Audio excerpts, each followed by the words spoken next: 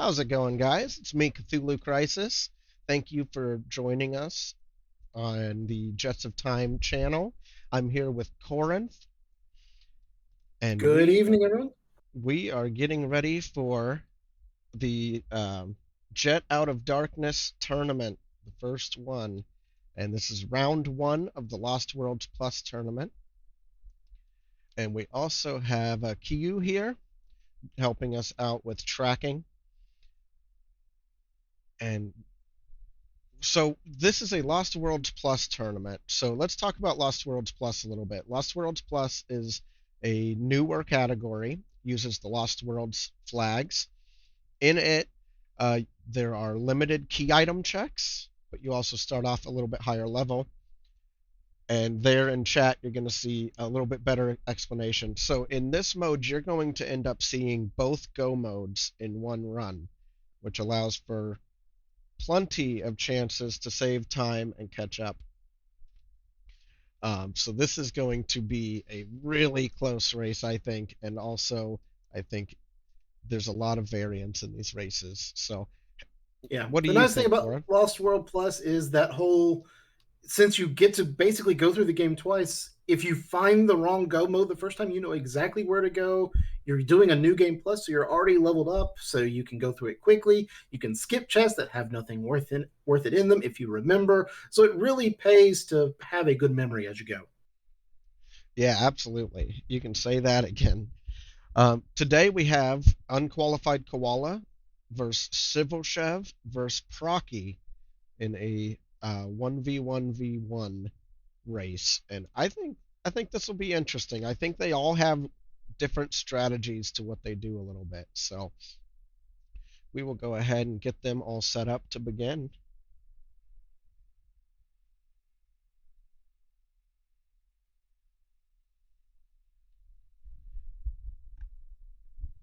So the way Lost World starts off is you get taken immediately to a shop screen. You'll see who your initial two characters are. They start at level 15.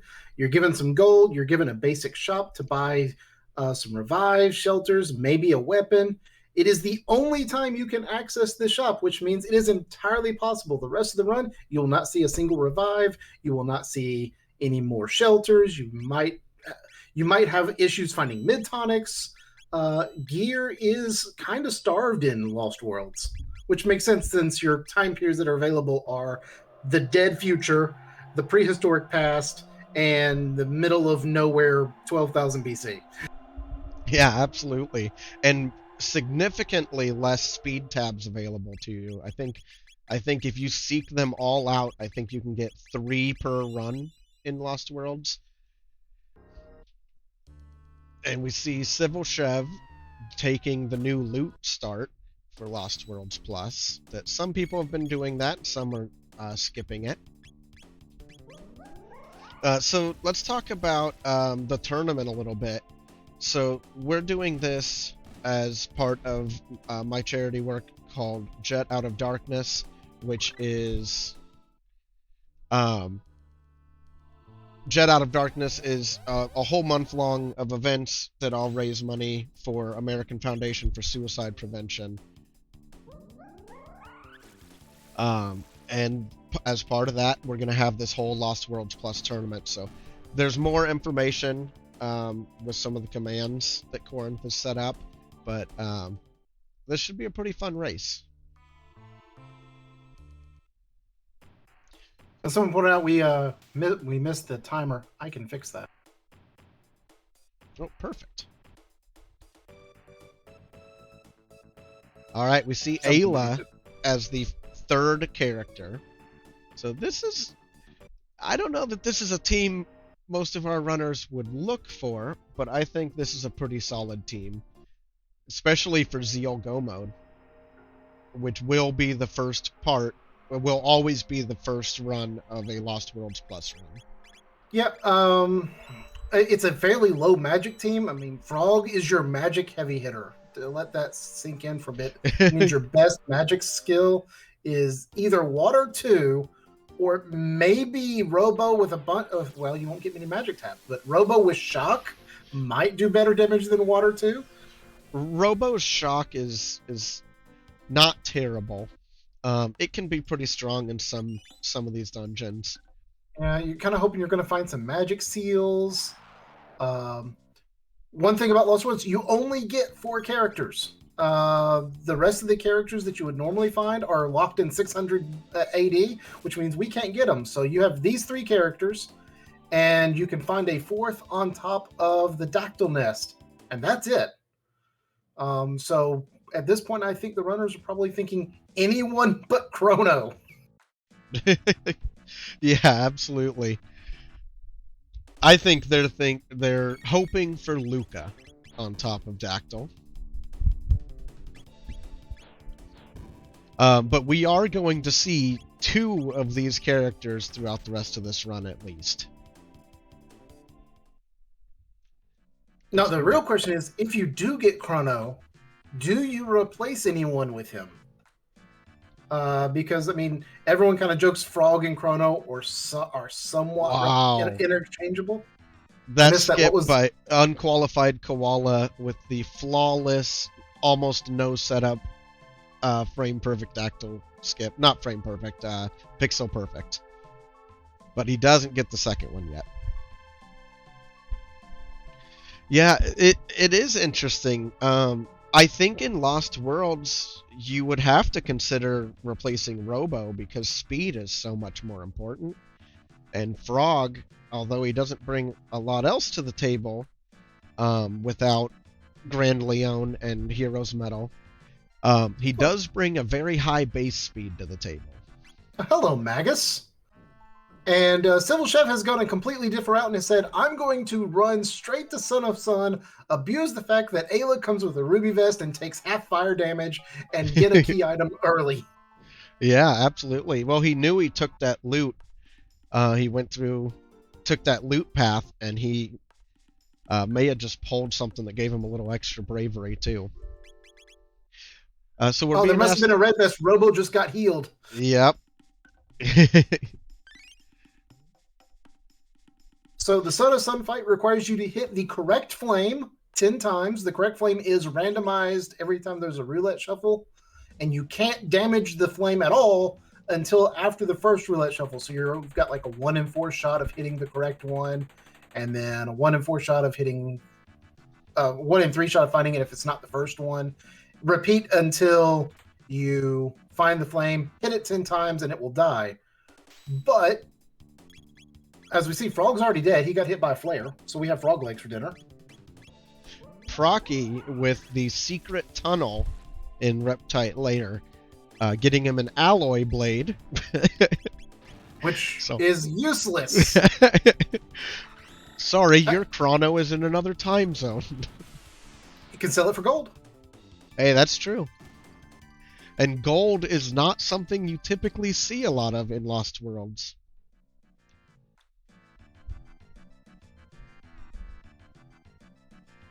We saw a full health dino tail from UnqualifiedKoala. Vigil hat as the second chest, and it is worth it again. Yeah, that secret tunnel is always amazing, but a Vigil hat's ridiculous. Yeah, that is a game changer for Procky's run a little bit. I might even come back during the New Game Plus and do it again. If you got lucky enough. Yeah, that's one thing that's really interesting is if you do find like that red vest Civil found, if he ends up having to do Son of Sun again, will he go grab that chest if he remembers exactly which one it is? Or will he just know he's strong enough with the extra levels and just go? There's a lot of decisions he can make there. And speaking of the Son of Sun fight, Robo's the only man left standing. And the battle speed must be... No, it's not the battle speed. It's Robo's speed is just so low. It's like he's only getting off 1 or 2 attacks per roulette shuffle. Yeah, this is going to be some RNG going on there. It's a brave strategy, and I'm hoping it pays off for him. Well, he can't die, so it is effectively a free item. It's just how long does it take to find it? Because we saw roulette shuffle, flare, all without Robo getting an attack. Robo gets 1 attack, It's the wrong one. He'll get one more, and then it'll shuffle again, and he has no idea where he needs to go. Yeah.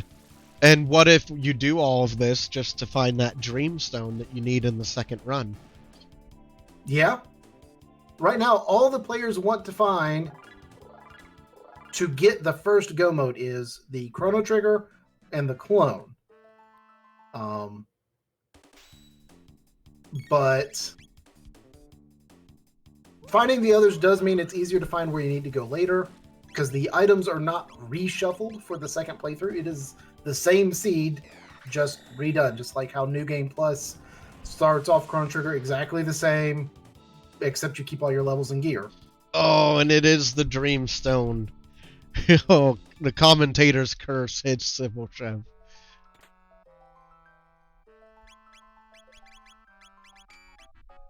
One thing to keep in mind, everyone does start with magic unlocked in Lost World, so you don't have to go to the end of time, talk to Specchio to get your magic, which is important because we're getting ready to fight Nizbel, who can't be damaged by physical attacks without being hit by lightning.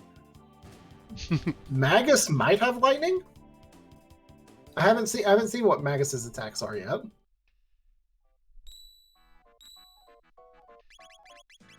Yeah, with 3 runners, there's been a lot going on across this race. All right, so I saw Dark Bomb. I saw Anti-Life. I didn't see what the first tech was for Magus. It must not have been anything great. Dark matter, they say in chat. Oh, Dark... Oh. Okay. I mean, Dark Bomb is probably more mana efficient, and I guess no one has any ethers yet, probably. You know, I actually quite like UnqualifiedKoala's team here, because it is going to give him access to AoEs on Magus, but also pretty solid single target with dropkick. And yeah, it's the only fight that's going to be a little annoying is going to be Zeal 2 with that team. Oh, we got a raid from Silver Neo 82. Thank you, Silver Neo.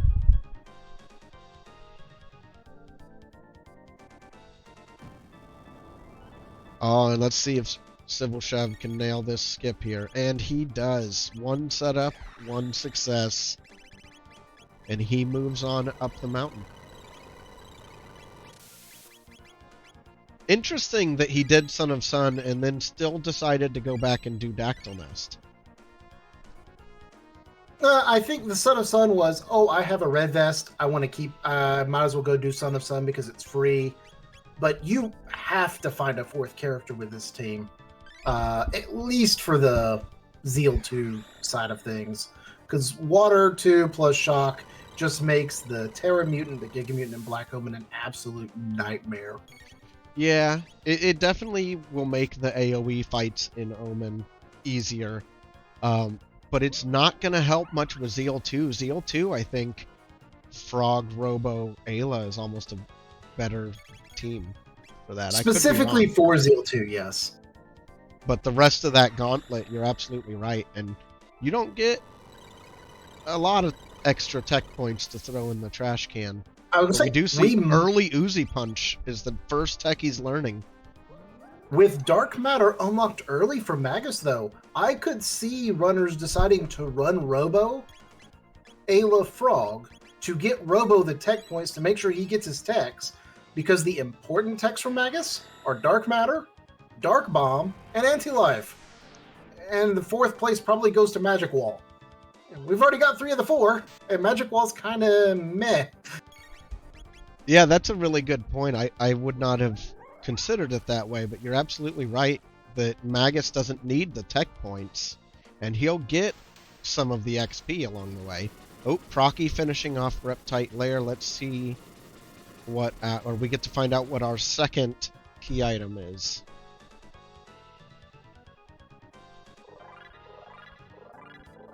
I mean, you know he's hoping that it's the C trigger or the clone.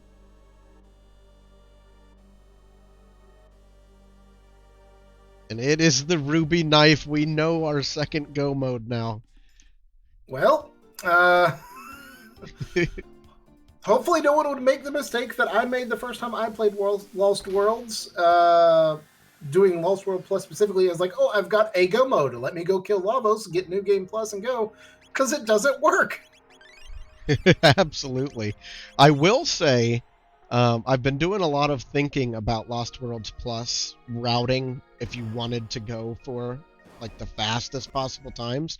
And I think you want those short dungeons with long bosses to be your second run. The trouble is now you end up doing them twice. The good news is that probably everyone's going to end up doing twice as CivilChev finds his secret tunnel. Oh, he got his alloy blade. I bet he's so happy.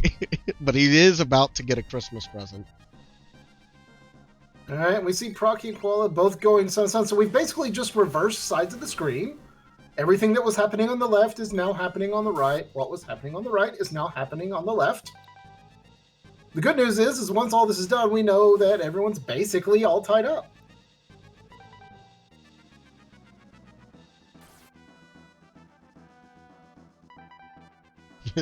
And chat saying Civil will get his vigil.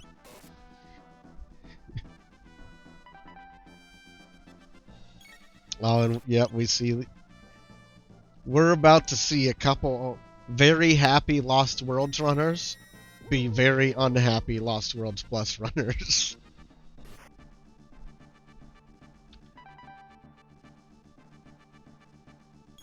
Akirash is trying to curse everyone, saying Pendant is not an heiress, then both Genodome and Mount Woe are required. And that could absolutely be the case. Luckily, with Dark Matter, I mean, Guardian is a free fight. It's an absolutely free boss.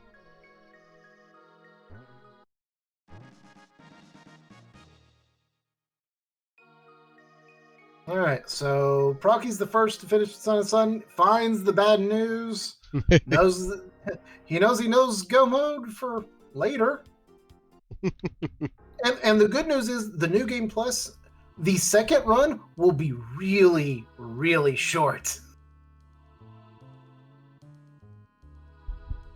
Now, for people that don't play Lost Worlds, you do still have to complete Tyranno Lair to unlock the door into the Ocean Palace. So they will still need to go get that Dreamstone and have a pretty big boss waiting for them in that second run. But considering they're going to have to run 4 of the 5 dungeons at a minimum the first time through, and then run 2 of them again, I don't see Tyranno being particularly dangerous. No, I don't think so either.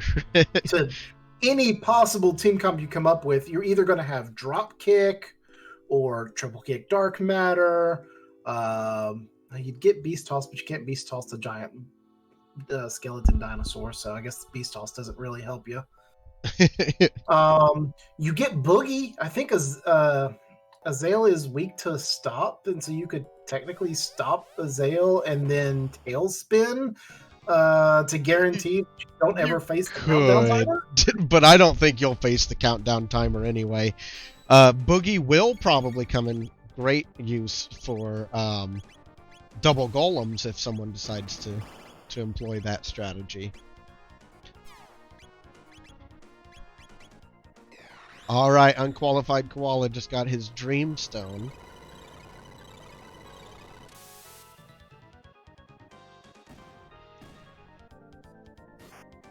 And we see Guardian getting a bit of a roughing up by Frog and Ayla.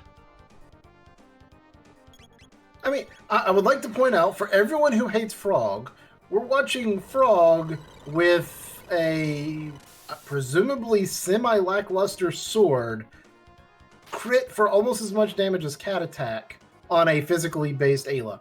So, I mean, Frog. And there goes Guardian and Prockies. Frog is pulling weight. Frog can be a powerhouse in the right situations.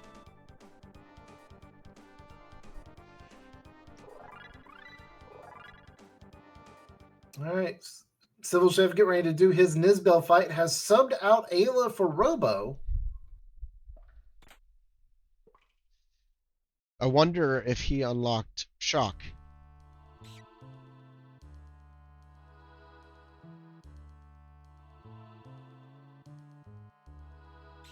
Because otherwise, Robo doesn't bring a whole lot to this fight.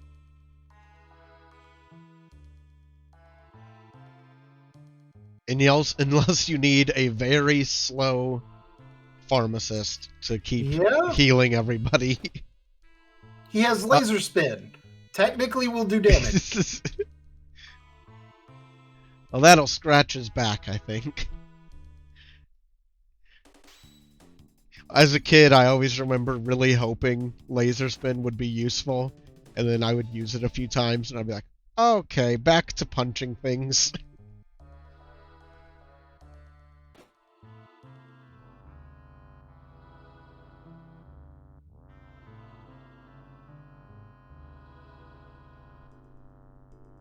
All right, so Procky doing his run. For those who are used to playing normal Jets of Time, even if we had the pendant, it does not automatically charge up in Lost Worlds, regardless of the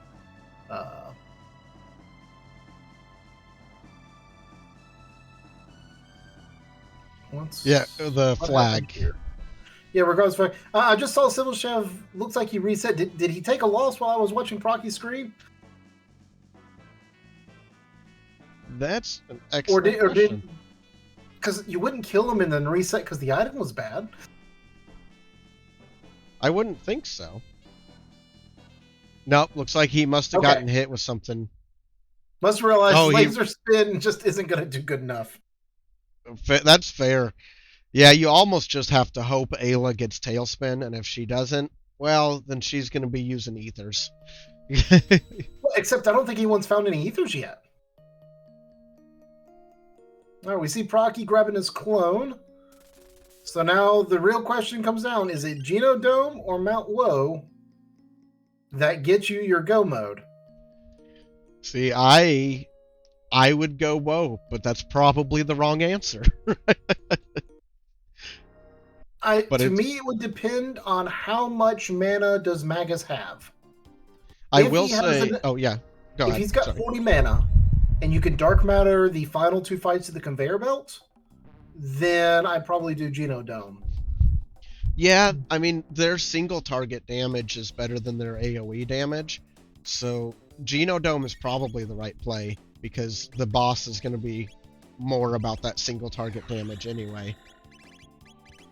And you get a speed tab for going Geno, so it is probably the right play.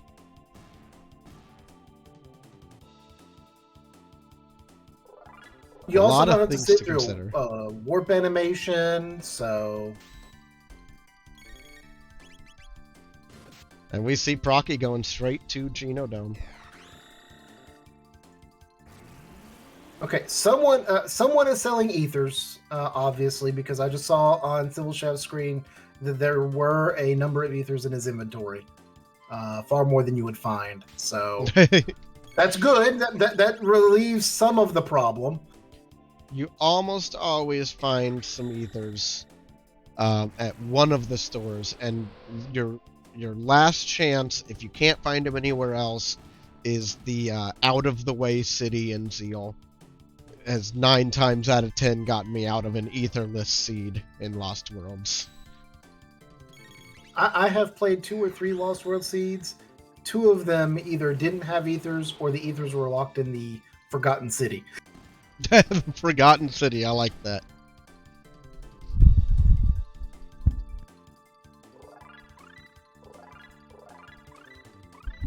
Just goes to show there's certain parts and areas of the game that can be incredibly important to know about for one run, but not for another.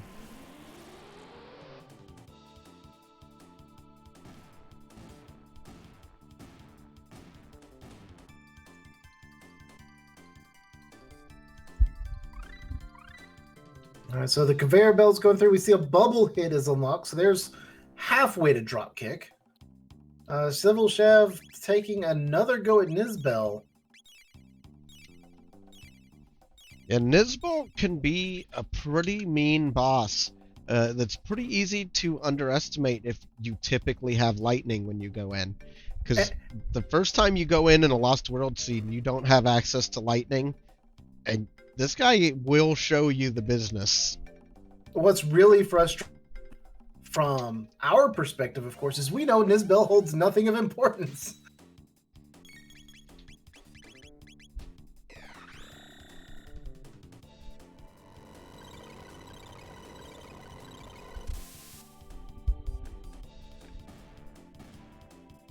We see the Geno play from Koala here as well. It looks like he and Proccy have pretty similar routing, with CivilChev really throwing some wrenches into it.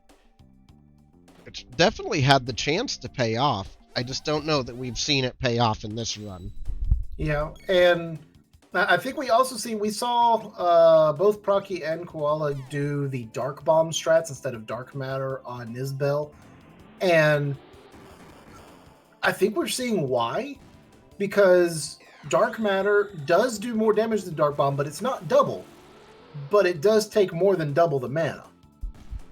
And you run out, you have to spend so much time tossing ethers onto maggots if you're going to use Dark Matter, that you're losing out on time to heal, which may be getting CivilChev into a bit of a pickle. Yeah, that's a really good point to bring up, is things like that can be pretty challenging things to think about, especially when you're new to the randomizer in general or new to a certain category of run, because the answer to those questions can be different based on teams, gear, what techs you have available.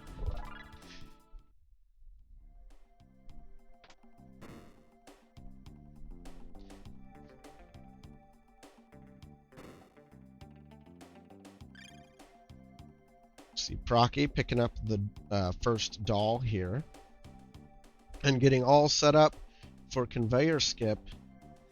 If he can nail this, this would be pretty big. Yeah, the conveyor skip is something you see in some vanilla Chrono Trigger runs. Oh! We're starting to see it more and more in Jets.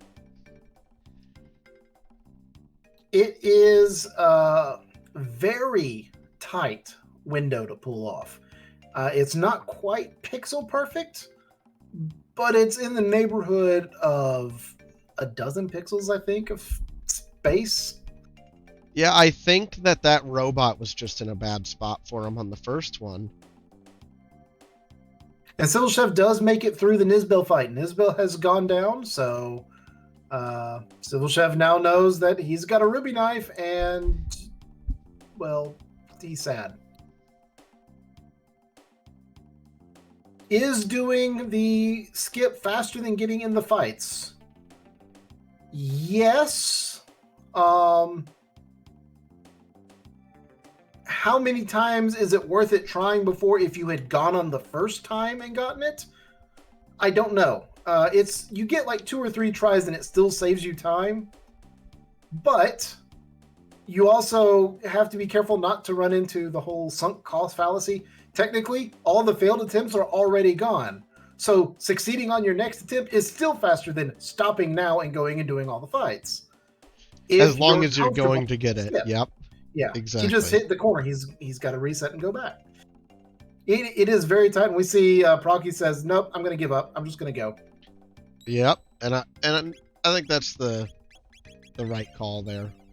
If it's just not going to give it to you. And Proccy's typically fairly consistent, but it's still like coin flips chance. I want to say Proccy's one of the first ones I saw do it in a normal Jets run.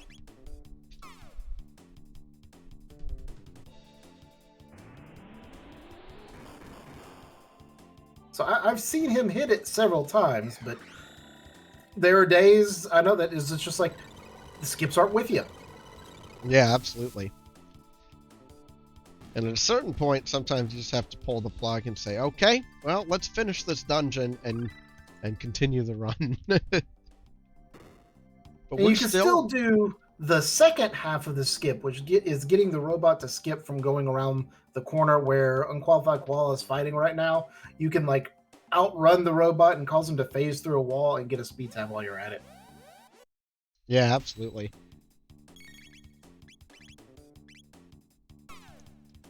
And we're still under 30 minutes on this run. We're either about to see go mode for the first run, or we're gonna know where everything is.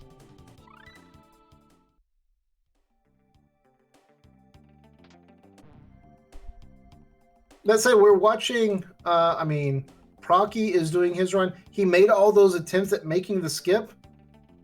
Unqualified Koala didn't. Proccy is still ahead. So he hasn't lost the lead yet, although it is much tighter than it was moments ago.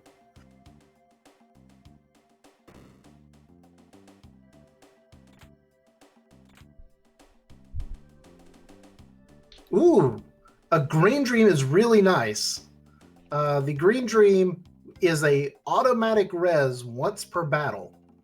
And what that allows right now is Magus to use anti-life once per battle for free.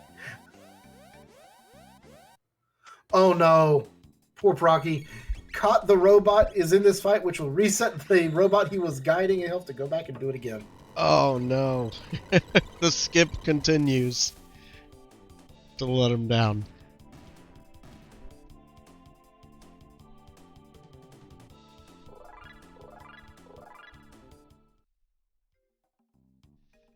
Now, the question is, will Civil go Genodome? Because we don't know for sure that he'll use the same reasoning behind it. And if you want to talk about things that would really bring this race back to even for everyone, is if Go Mode is on Mount Woe and CivilChev goes there first, because he'll eliminate an entire dungeon, and lo and behold, all the time is made up. Yeah, that's a really good point. And I suspect that may be the case, because CivilChev kind of comes from the Cthulhu routing a little bit. Not always, but he does quite a few of the decisions I would do. I would not be surprised if he went straight to Woe now. All right, I saw an interesting bug on Koala side. He had the charge, stepped into the bay at the window to get the room bot, and it didn't open. Well, very strange. And he had to go back and recharge a second time. And Proccy is all set for Mother Brain and her laser friends along the way.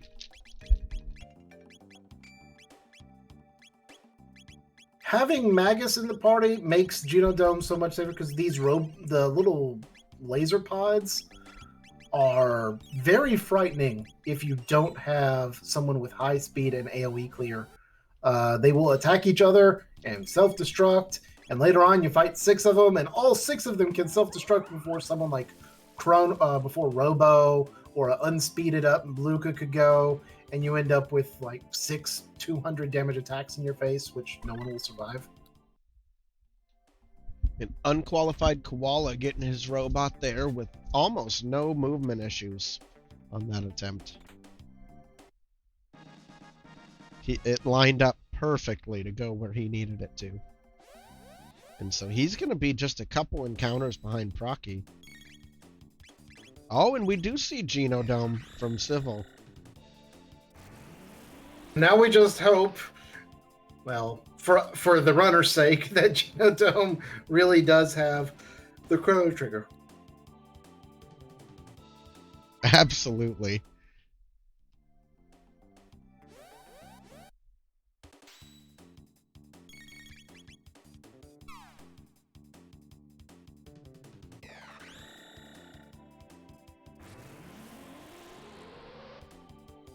So we're going to see conveyor belt fights. We see laser fights.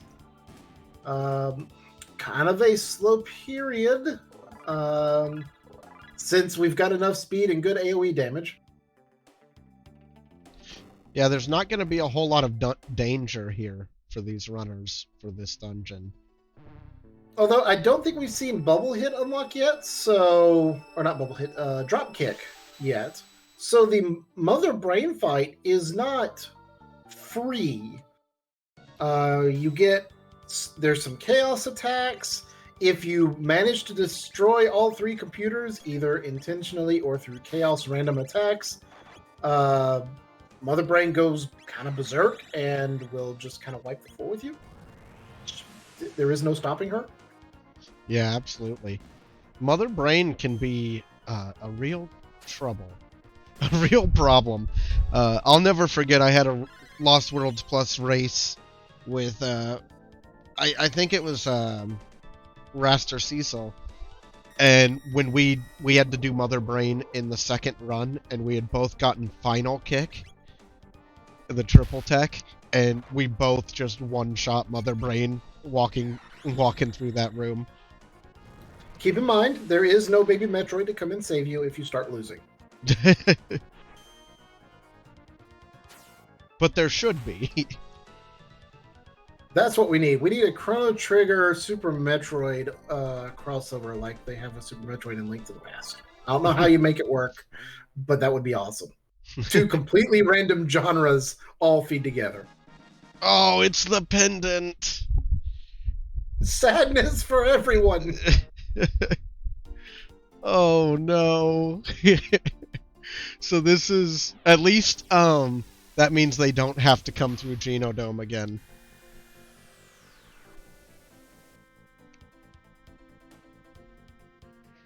And finally, a seed I would be ahead in. Because I would have done Guardian into Woe with this team.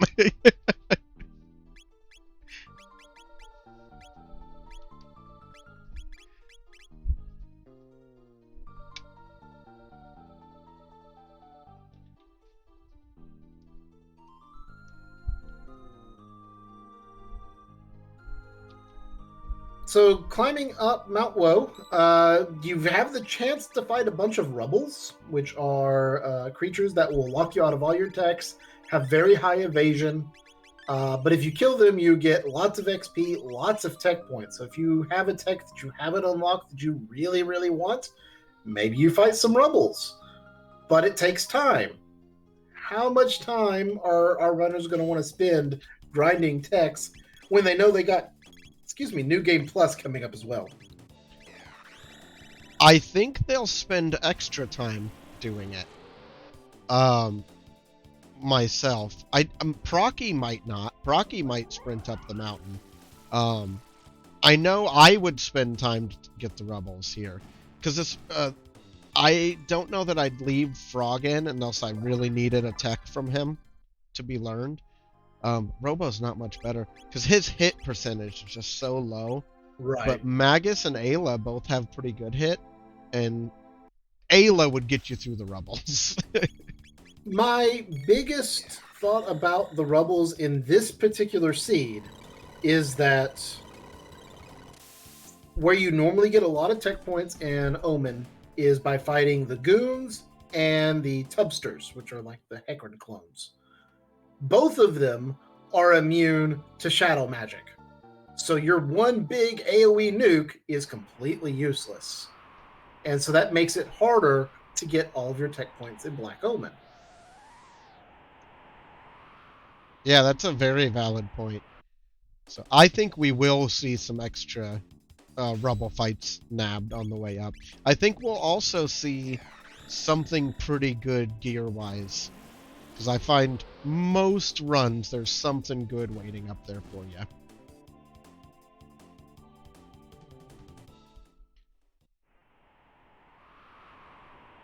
What that is a whole other question. Yeah, now I've seen Procky already skip a couple of Rebels, so he seems to be saying, I'm good. Well, Procky's nothing if not confident.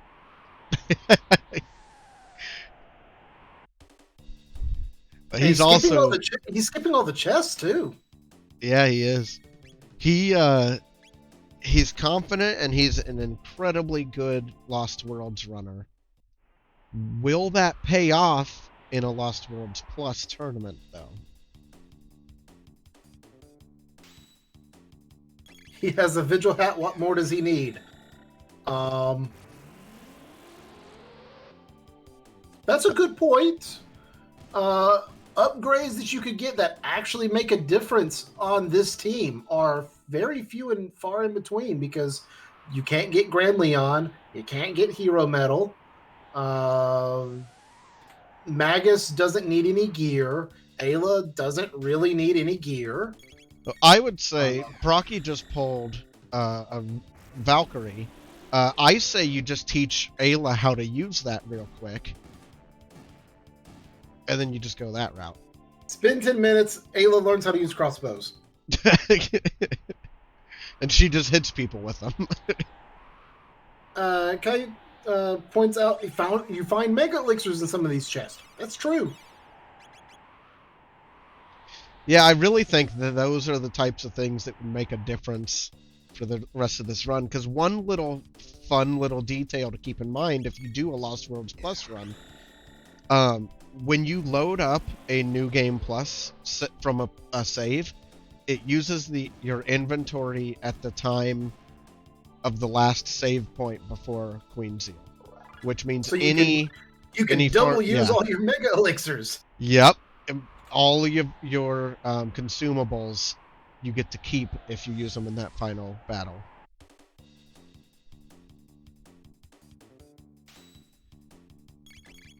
Kaiser Arm, full tonic for Koala. He's not taking the extra rubble fights either. Yeah, I mean, from a tech perspective, you have the important techs from Frog. You have water too. You kind of wish you'd get heal, but it's not drastic. You have dark matter. You have dark bomb, so Magus is set.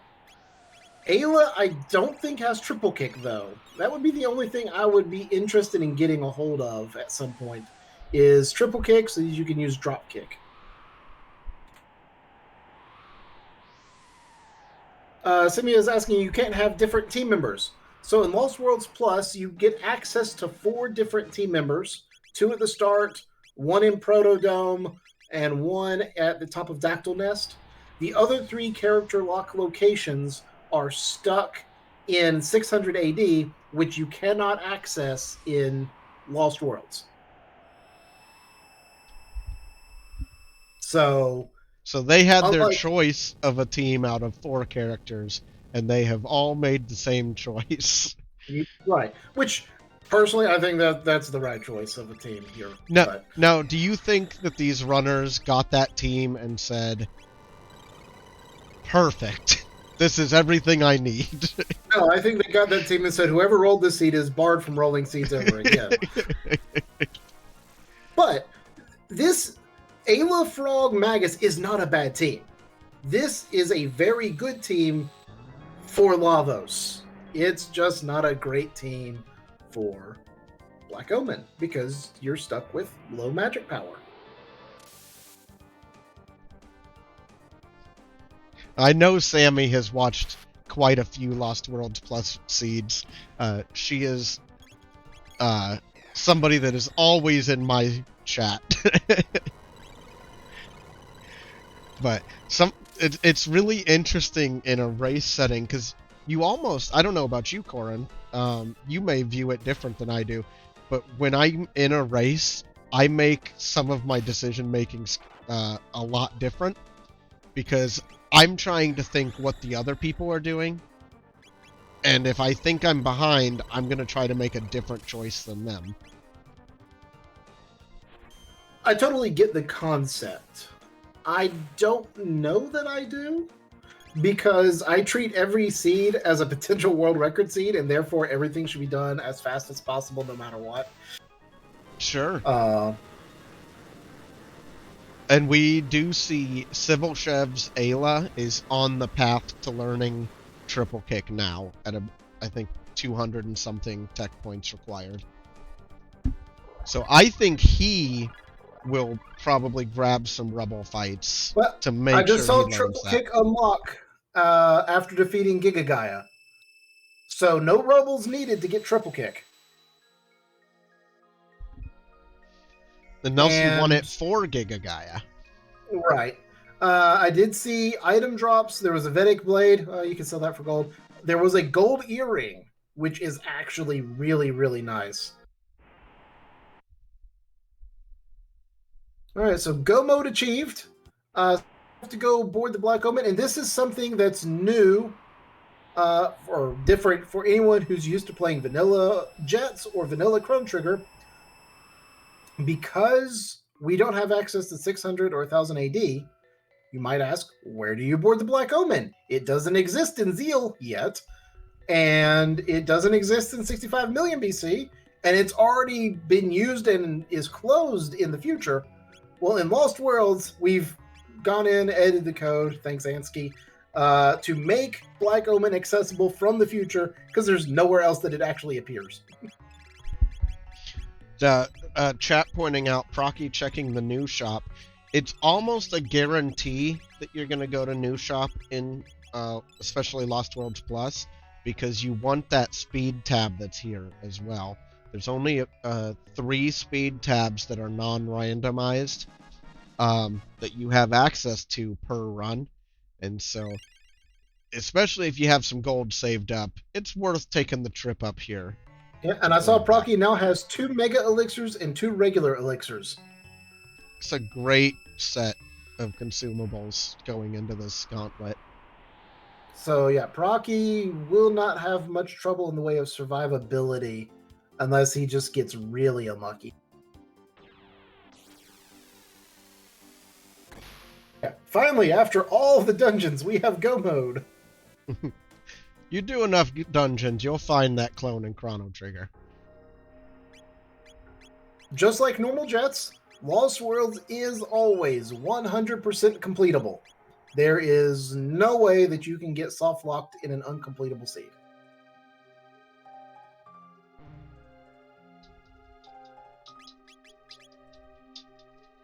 I was wondering what Procky's doing. I forgot. Procky likes to rename the epoch Tupac. Oh, that's a classic. All right. CivilChev has made it to 12,000 BC and is going to Zeal to charge the pendant? Well, win in Rome, I guess. Does the charge pendant carry over? No. Okay. It does not. So he's really hoping that he's going to find something pretty spectacular in one of these chests. And like we mentioned earlier, there's not a long list of things that are going to make this team more efficient. Yeah, something like a prism helm or a prism dress, that'd be pretty nice. Gloom helm, more status protection would be kind of nice. But unlike I guess maybe you want a better weapon for Frog? You've got a Rune Blade, so that gives you the magic boost. I think there's like one other sword that's slightly above it in terms of attack power. But it's not the Grand Leon, so it almost doesn't matter.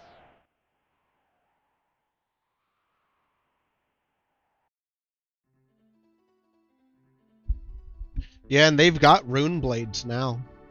Yeah, so I don't know where they would go. And we see both Koala and Procky making their way through Death's Peak. There's some very tricky skips here. We saw Procky get the first one, is gotten caught by the second group of the Crackers. Koala got caught by the first one. Maybe he'll get skipped on the second one. Caillou pointing out Brave Sword technically has 15 more damage, but Rune Blade does give you +4 magic, which means plus more damage to Water 2, and plus more damage or plus more healing if you happen to have Heal unlocked.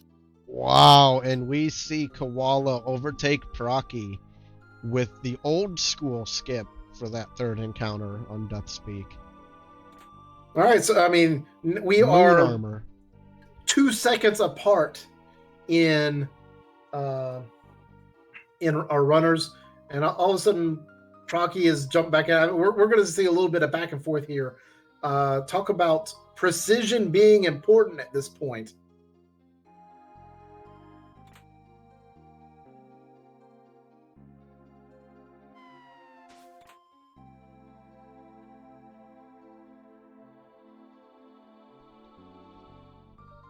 Is anyone going to fall on the icy bridge? Not Procky.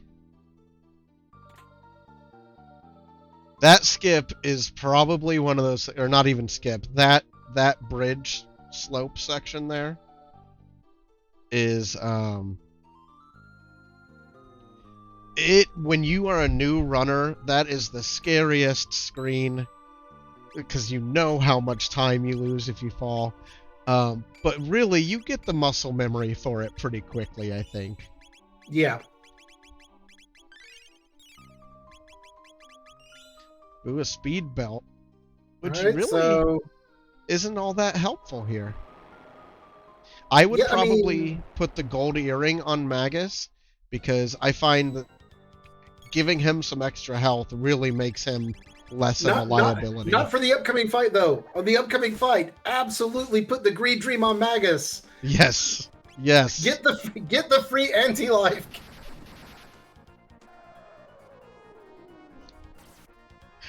We have some commiserating in the chat, talking about that slippery bridge. Because right now, I mean, okay, we have dropkick going on. You almost don't need any damage, but if you had Green Dream on Lavos, you could do some damage. We see anti-life going on Koala's screen, being followed by a leap slash instead of dropkick.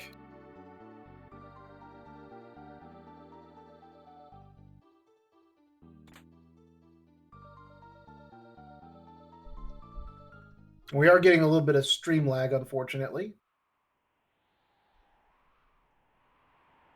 Just on that one stream that I'm seeing, at least.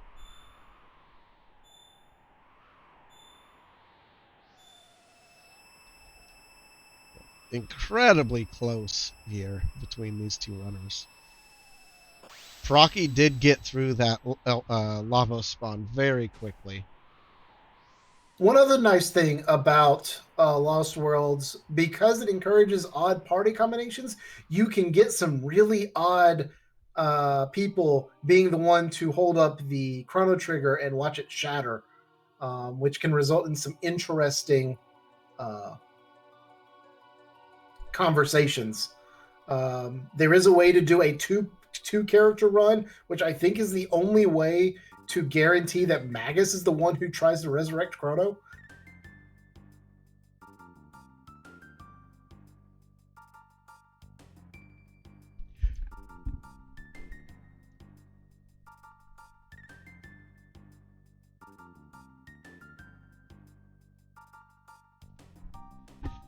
We get to the meme cutscene here.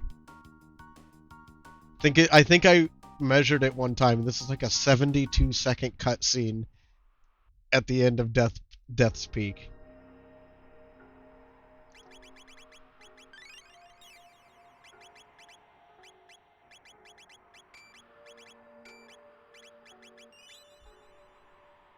And while that plays, I'm gonna try to restart that stream.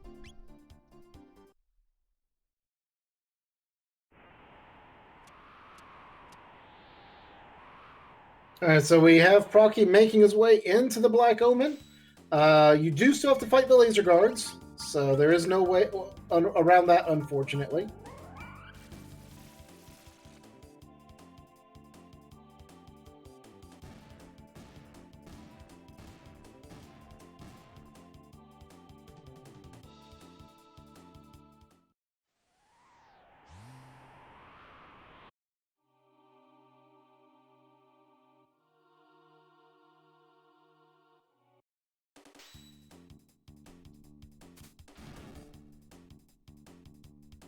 And as we make our way in, we do see, the shield, the incognitos are rather annoying, really. Them being able to put people to sleep. The good thing is we don't ever have to fight them anymore. We do see CivilChev has decided to take on the Rebels instead. So he's going to get extra tech points. That'll give him triple kick and thus drop kick unlocked in time for Giga Gaia. And we are getting caught back up with Koala as we fix his stream. Looks like he is doing a little bit of shopping and inventory management before heading into Black Omen.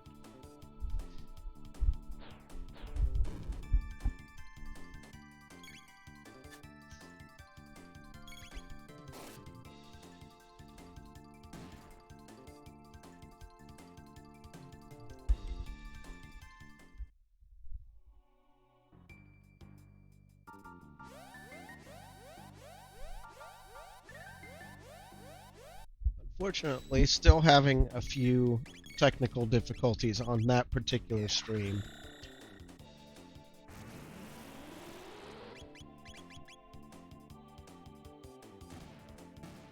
So we do see Procky taking a few extra fights. You're going to get a few levels here. The nice thing, Black Omen is the easier of the two go mode routes. You typically only have to be around level 27 or so to finish off Zeal 2 relatively safely. Given the extra dungeons they've had to go through this run, getting to climb up Mount Woe, which has a lot of high XP options, levels shouldn't be a problem. We shouldn't see too much in the way of grinding going on as part of this run.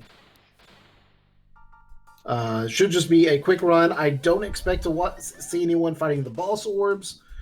Don't expect to see any extra fights taken. I think we're going to see as many skips as they can possibly squeeze in, as Proc is going to be finishing up his dungeon or getting ready for the first mutant here very soon. CivilChev is getting close to the Giga Gaia fight, taking a few extra fights here. I haven't seen any great items drop yet. Sometimes you can get lucky here. There seems to be a better drop pool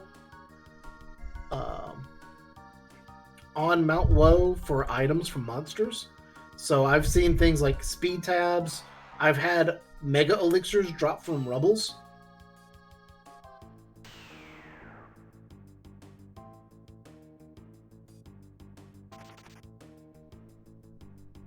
So having almost unlimited mega elixirs is rather fun, if a bit broken.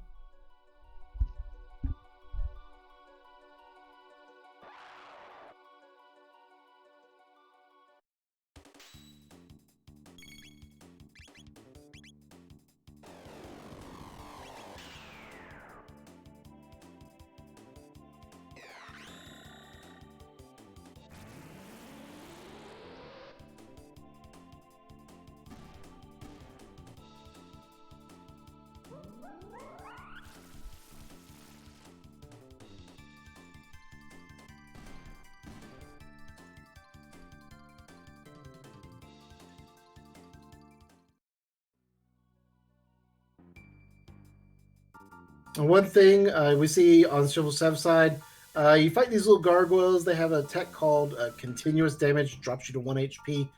This team is the one team that I'm actually okay seeing it, because it opens up Dino Tail and Frog Squash as completely viable skills that can be used to climb the mountain. And all you have to do is make sure to hit the save point just before the Giga Mutant fight or Giga Gaia fight. Unfortunately, looks like Koala's stream went down entirely.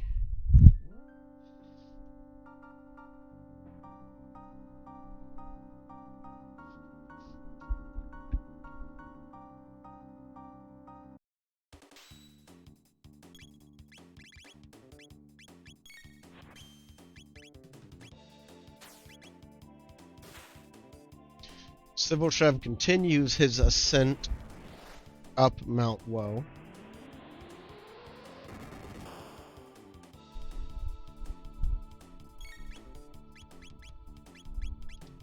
We get the free. He's going to grab the free magic tap.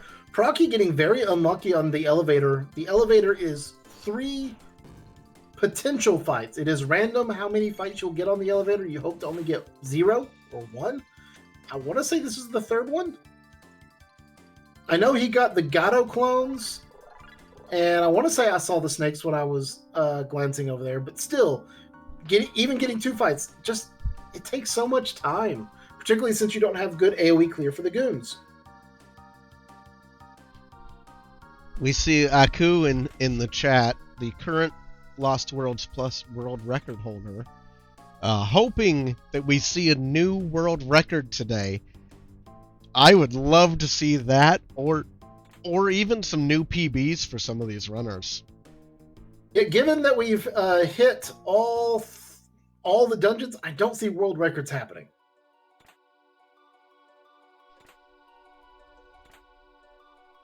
And we do see an amulet drop, so amulets are going to be pure status protection. More mega elixirs for sale on top of the mega elixirs we already have. Although I think Procky is out of cash, so full ethers.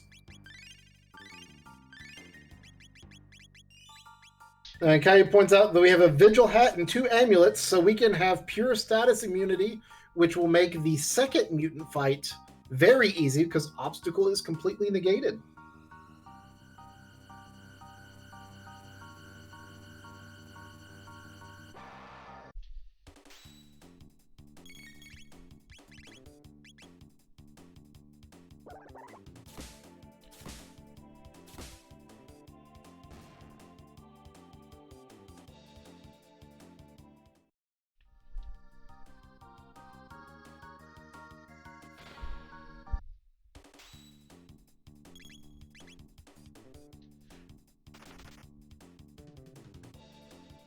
Just a well-executed run. I mean, to have an all-check Lost World seed, where you've done all the checks or are this far in the Omen under an hour, and then you just run past the eyes like they aren't even there, like, that's very impressive. Yeah, being able to bypass the eyes does save a bit of time. I see a lot of people will just sit and wait, and I don't like it. Just get in the fight and run, particularly the second one because you got to get both of them.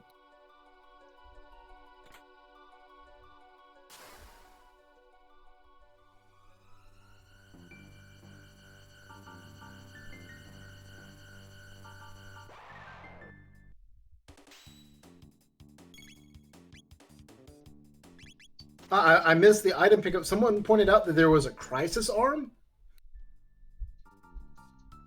I mean, having a crisis arm for the Robo to use in like the lava fight, you might actually see a party swap up in the second go through.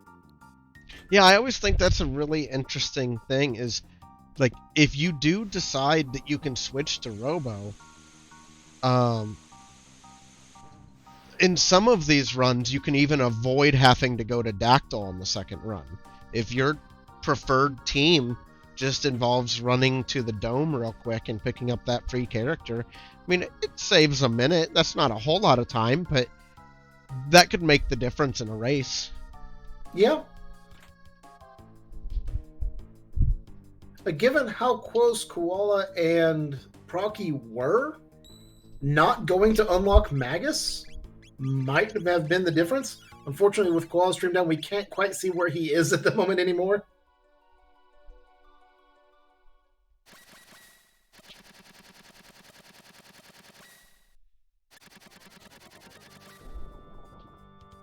So hopefully whatever's going on will not keep him from being able to run.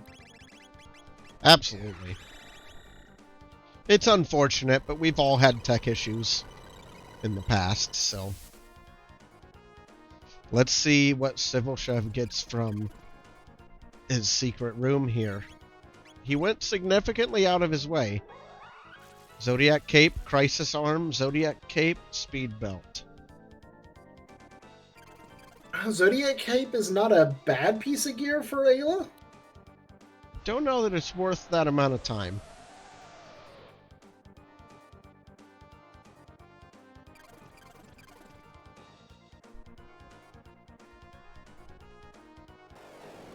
Especially when he may be slightly excited about the Crisis arm now, but he'll be less impressed with it later when he gets a free one.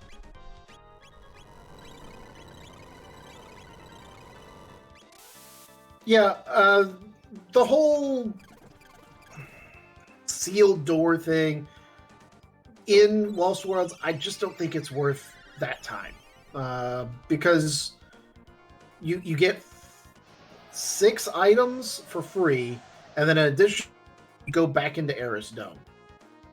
Yeah. Which you've already cleared. Now, if you gave me a team where I could do Mount Woe early, and you're like,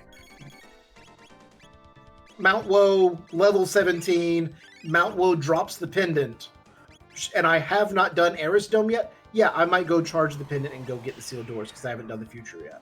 But typically, you're going to do Eris Dome early, Reptile Lair early, Son of Sun pretty early, because they're the quick dungeons. Yeah, I've been doing a lot of thinking about that here lately, about if you were shooting for world record, with the right team, I think you could probably do Geno first, but everything would have to be about perfect for it.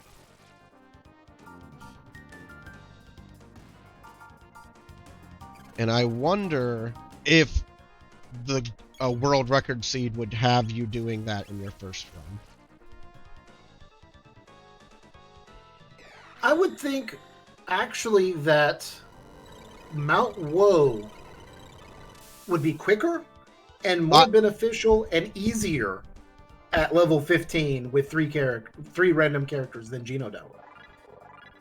Yeah, I was wondering if the best possible seed would have the first go mode on both of those, or Son of Sun, and then the other one would be the others. Would be Reptite and Guardian, because you're gonna save the most time from them.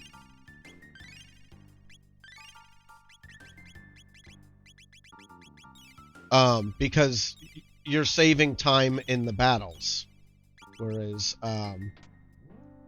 Mount Woe is gonna be long. Even if you kill Giga Gaia fast, it's gonna be long just because the routing is long. You know what I mean? That's true. Whereas, but I also think that you could get the early Rubbles. You can guarantee good techs before getting to Giga Gaia still. Oh no, I absolutely agree. I just mean, I think the perfect Lost Worlds Plus seed has you doing like Son of Sun and Mount Woe maybe on the first seed, and then second seed would be Reptite and Guardian. Yeah, you're guaranteed one long dungeon no matter what. Yeah. All right. Procky is in his second elevator. We see the first fight. Will he find a second one? And Unqualified Koala is back. All right, so we've got our race back. Probably lost a little bit of time in trying to fix the stream somewhat. Demon Edge. Not bad. Does Lost Worlds make you do areas you wouldn't normally do in regular jets? No. There is nothing that would push you out of areas, unless you consider Mount Woe an area you wouldn't normally do. Because, yes, you will probably have to do Mount Woe. If you really want to explore all of Chrono Trigger in Jets of Time, I highly recommend the mode Chrono Sanity, which takes all the key items and puts them in the treasure pool for all the treasure chests as well, instead of just behind bosses, meaning that you could find the gate key on top of Truce Canyon that you never see in Jets of Time. Chrono Sanity is amazing, if a bit long and very, very random.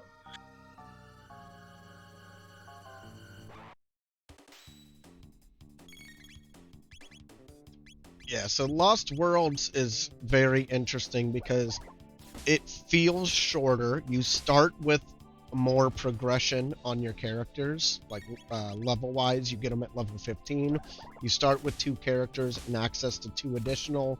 without a whole lot of work, but none others outside of that.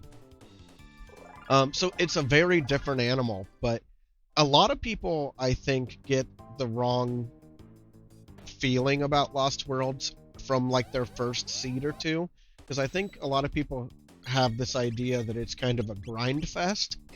And while I think sometimes it can require some grinding, in general, most of the runs, there's very little grinding except in select areas.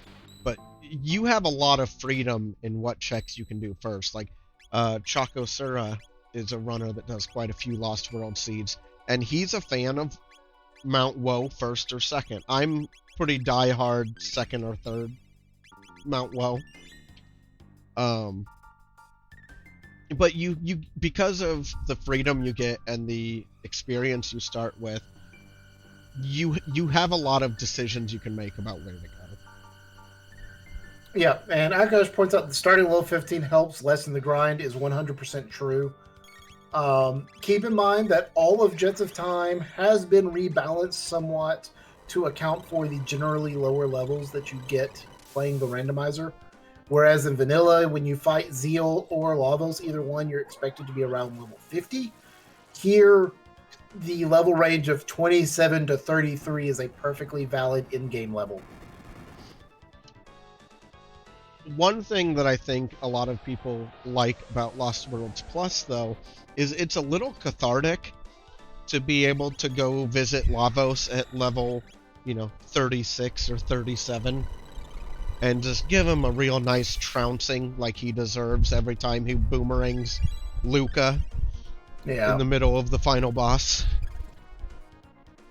Alright, so on screen we do have Koala fighting the first mutant, Giga Mutant. This is probably the more annoying of the two mutants, seeing as how he drains your MP every time you attack him. Proccy fought the first mutant while we were troubleshooting. We missed the fight, unfortunately, but he is fighting the second one, which is also only really damageable by magic damage, but doesn't drain your MP, so I think he's a lot easier. And the fact that Obstacle is completely negated by the Vigil Helm, the Gloom Helm, the two amulets. I think we had a Nova Armor. I mean, we have all the ailment immunity you possibly need. Oh yeah, absolutely. This boss can be significantly easier. He can also decide to be a real jerk. He got some buffs, I think, in 3.0 that definitely turned up the fear meter on that guy a little bit, but Proccy put his head down and pushed through. He's got more damage. Obstacle is a bit annoying, but we've gotten the gear this time that that's not a problem. And Koala made it through his mutant as well, so with Magus in tow, the mutants aren't being too much of a problem. But now we're going to see the Elder Lavos spawn, which requires single target damage, which, well, you got drop kick. That's all you need. Magus can stand there and look pretty.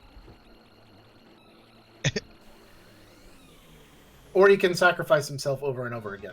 I think maybe anti-life is not the best tech for this event.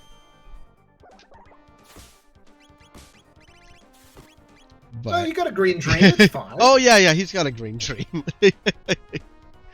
No, apparently the order of business is drop kick while Magus throws ethers like candy at Ayla. Excellent. To keep her from running out of mana. Drop kick. I think people sleep on drop kick a little bit. Yeah, it's up there with some of the best single target damage.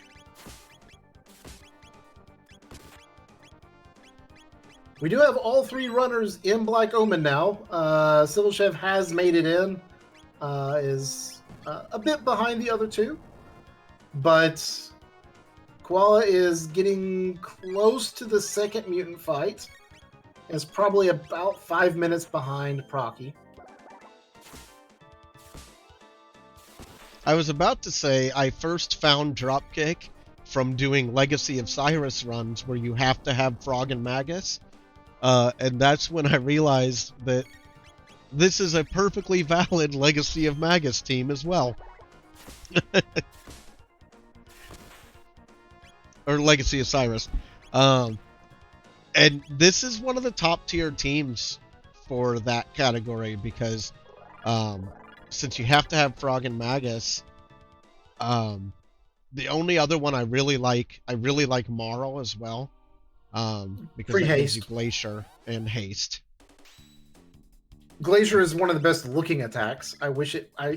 We had this discussion, I think, in the race last week, that I really wish Glacier had an AoE component. Like a Fire Sword too. Yeah, or something. But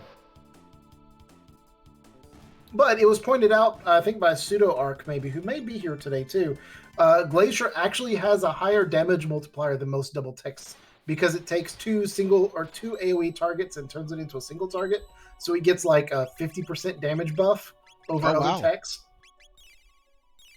I know it's very useful for Ozzy's Fort. That's all I can speak to. It's great for all those almost spawns everything too. there. All right, so Procky has finished off the Elder Lava spawn, is going to go fight Zeal. Koala is getting ready for his second mutant. CivilChev is nearing the store where he's going to be able to buy some Mega Elixirs, because I don't think he ever went to visit Zeal.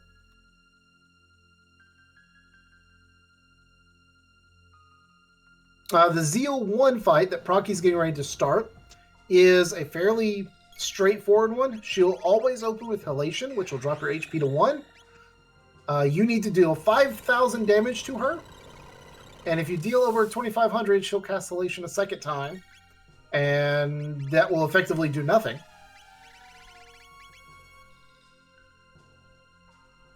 And then you will be able to go into the Mammoth Machine fight. And there is a chance to get a menu skip between Zia 1 and the Mammoth Machine where you can heal up.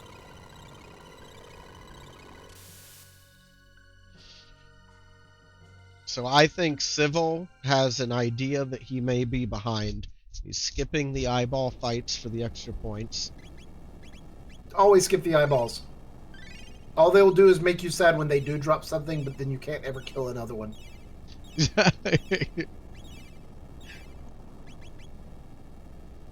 Yeah, she does have attacks other than Halation. If you take too long, if you're playing Battle Speed 1 active and you don't get the pauses in, she will follow up Halation with some shadow-based attack, I think. Yeah, it's like Dark Gears or something. Yeah, it's like a precursor to what you see in the Zeal 2 fight. It's actually really deadly because you're at 1 HP. Procky is just going for it. He's not going to wait for Mammoth Machine to do its damage before firing off. It's kind of dangerous because you could get 700 plus damage dealt back. Did Procky have to use one of his Mega Elixirs? I think he did. Okay. But we're seeing a heal go off. That's going to take care of the health issue. And now he's ready for Zeal 2, so he can just finish punching the Mammoth Machine to death. You know what I think would be a really interesting gamble for somebody? If you did a whole Lost World seed, the first part, but you only saved once, and then you New Game Plus'd and you got all your consumables back.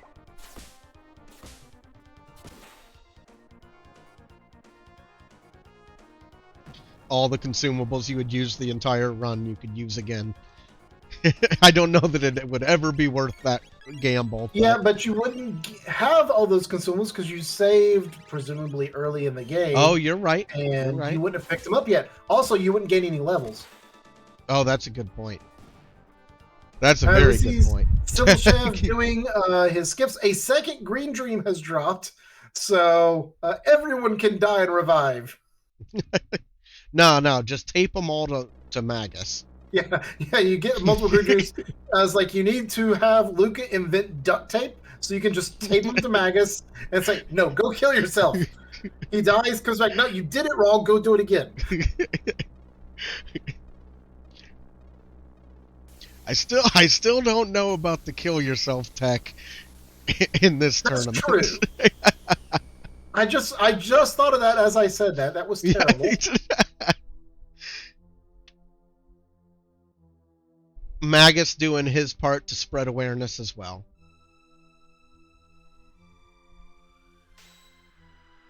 And here we enter Procky's final Zeal fight. Completing Zeal 2 here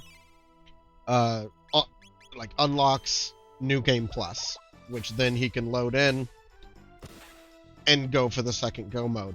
Now we're an hour and 18 minutes in. That means if everything goes smoothly on this fight, this is a very respectable Lost Worlds time. Yep. And the Lost Worlds Plus side of things, you will only have to do the 2 required dungeons to get your go mode items. So you want to remember where you got them. And then you do those 2 dungeons, run through Tyranno Lair, run through Ocean Palace, and then it's Lavos. So the second half is usually shorter than the first half.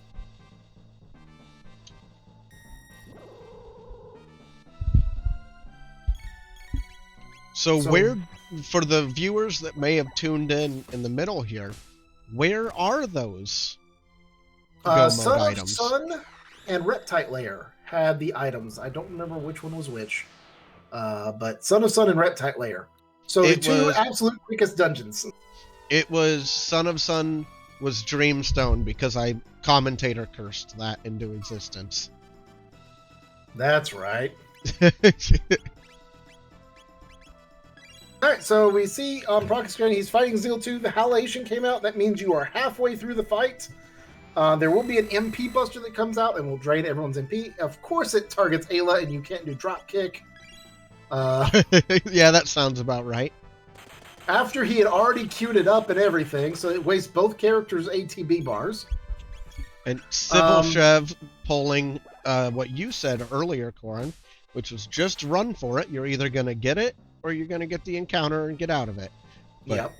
The encounter, I think, with most teams costs something like 10 seconds to get into fully and run away. Could be less. And so that's probably worth just taking the encounter.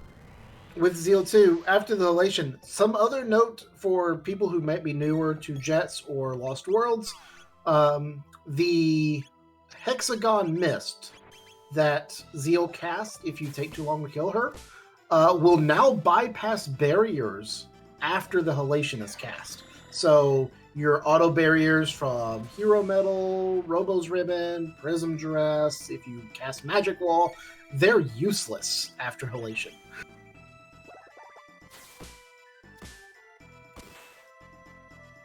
Caillou pointing out you technically could get a second Vigil hat.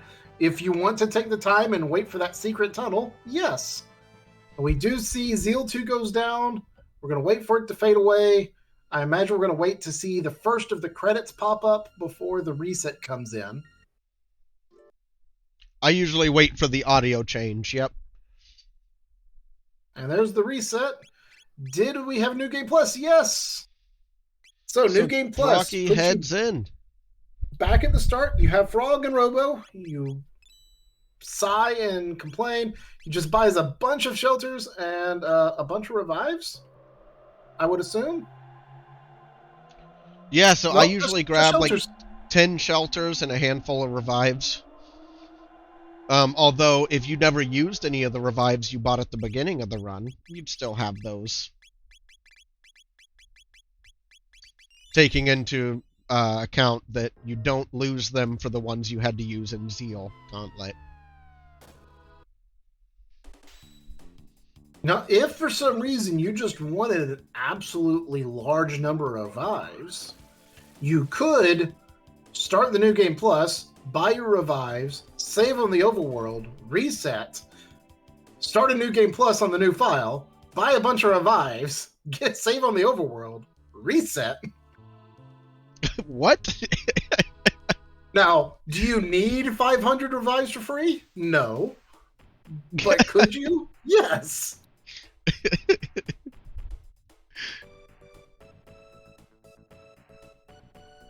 That feels like it would cost you more time than just dying a couple times.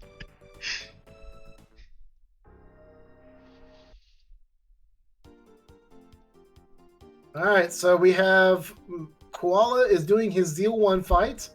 Gets off a dark matter. We're going to see Halation shortly. CivilChev taking on the first mutant with the Shining Bit attacks. That is the most painful thing to come out.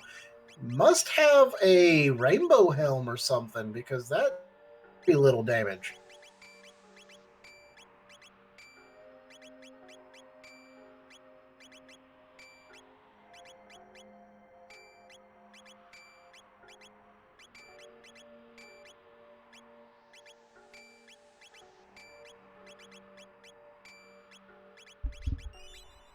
Someone needs to make Lavos a rainbow helm that he can wear.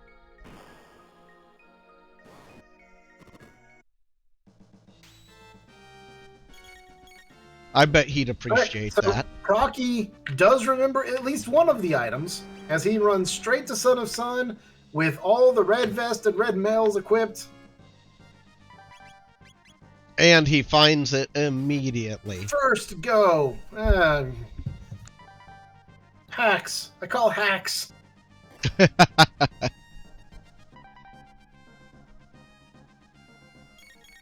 What does the secret tunnel have? In Jets, it's random. You know, what does it have in vanilla? I don't remember. Yeah, I'm sure somebody in chat may have the answer to that.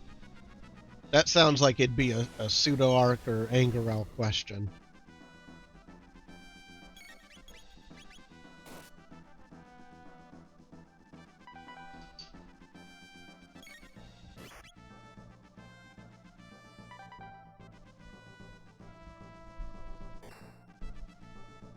And so in New Game Plus, you retain consumables and most gear unless it is flagged as being pretty much story relevant. Like, you would lose the Grand Leon, you would lose the Rainbow. I think the Rainbow. Not 100% sure on Rainbow. But I know you lose the Grand Leon and the Masamune on Frog. So you keep most things, but there are a few. Most of the high tier weapons that you can't sell, you also don't get to keep, I believe. So there's Procky's Dreamstone. That's one down. Now we got Reptile Layer to go. Yeah, that's correct. You retain consumables, not key items, so you do have to go collect your key items again.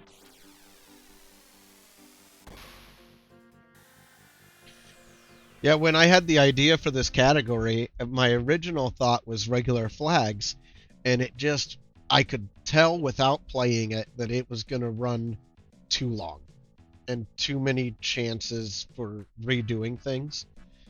And then when I got really into Lost Worlds, I was like, let's bring that idea back out and give it a shot. And me and Proccy ended up loving this game mode. Got Raster Cecil into it as well. And now it's kind of seeing a new resurgence, which is great. With all these new runners starting to learn it and trying it out. It really is something different.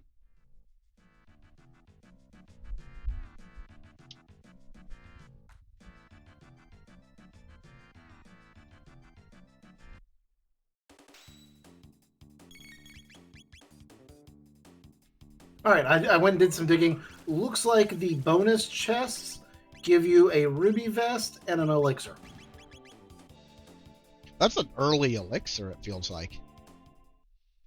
Because at that point, you're just able to get your hands on some ethers.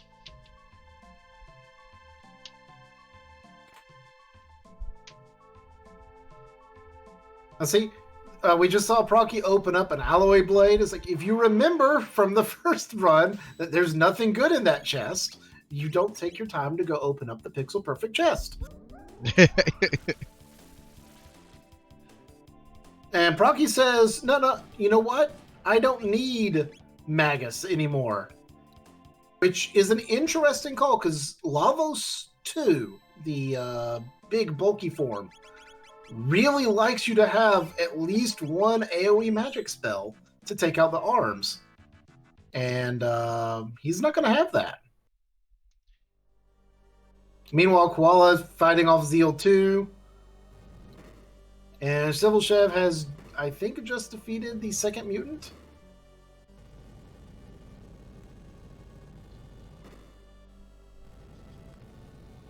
Yeah, Proccy is definitely taking advantage of his lead right now. Alright, that was the first mutant that CivilChev has taken down. So we get through that. And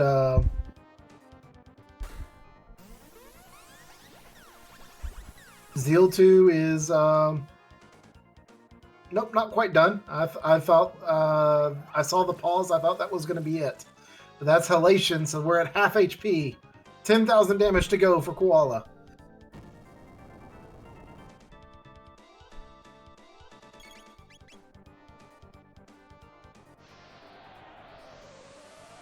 We are seeing Tailspin used. Tailspin is unaspected damage, meaning that it is neither elemental nor physical. And it bypasses defense. So, it's actually one of the few ways Ayla can damage Nizbel. I quite like Tailspin and Fire Whirl. But we can see how much of a difference all those levels actually make, because Nizbel's done the whole ground shake of the room. Everyone takes damage 3 or 4 times. Everyone's still above 600 HP or 500 HP. The only downside, of course, is Robo still can only use laser spin.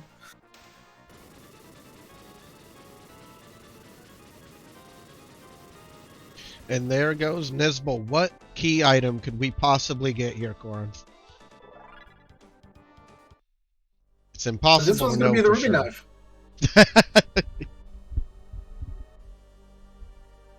Oh, how'd you know that? Skyward says it's weird. There's 2 spells called Fire Whirl. No, there's Fire Whirl, which is Luca plus Chrono, Cyclone, Flame Toss. And there's Fire Swirl, which is Luca Fire 2 and Ayla Tailspin. It's Swirl? Are you sure? I'm fairly... I know it's not Whirl, because you wouldn't use the same name twice, because that would result in all sorts of programming glitches.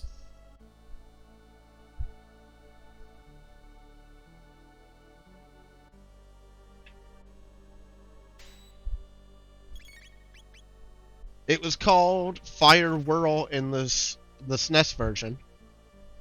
Later renamed Inferno. Oh, no, that's the... Oh, yeah, you're right. That's Luca and Ayla. Is it... What is the one with... Look, they were both called Fire Whirl. I thought so. I could have sworn that one of them was something different. No wonder I never used it, because why would you use Fire Whirl that late in the game? I thought they were named the same thing. Well, that explains why I never used it in vanilla. I thought it was probably the same as... Because I always had Chrono in the party, so it's like, why would I use Fire Whirl? Fire Whirl's terrible.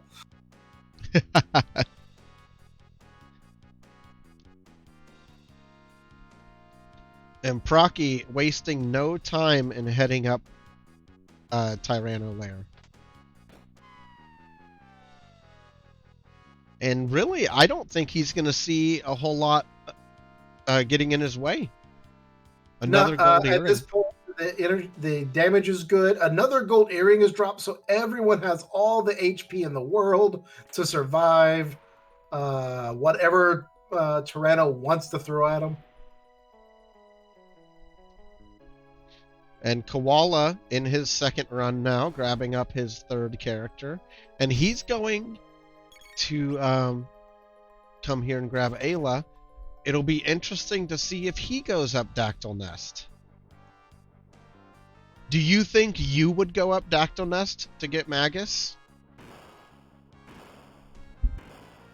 I've actually been considering that the whole time because I knew that question would come up eventually. And I don't know.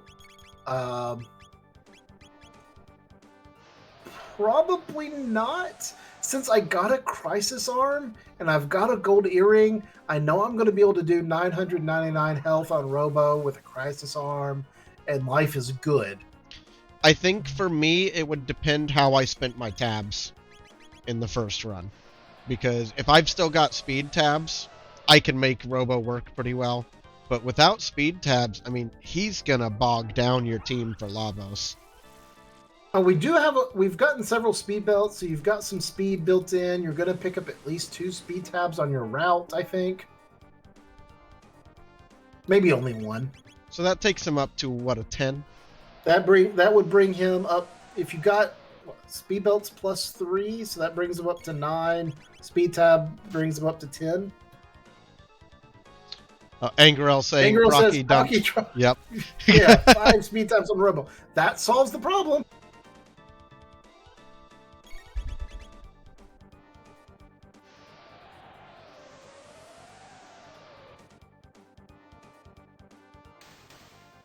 Because you'll get 1 more in Zeal.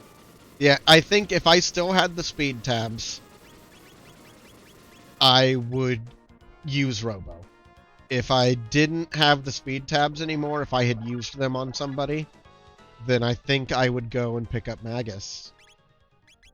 And we do see Koala is making the climb to go get Magus.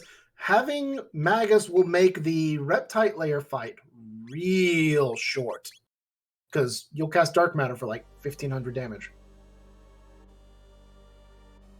As opposed to Laser Spin for 300.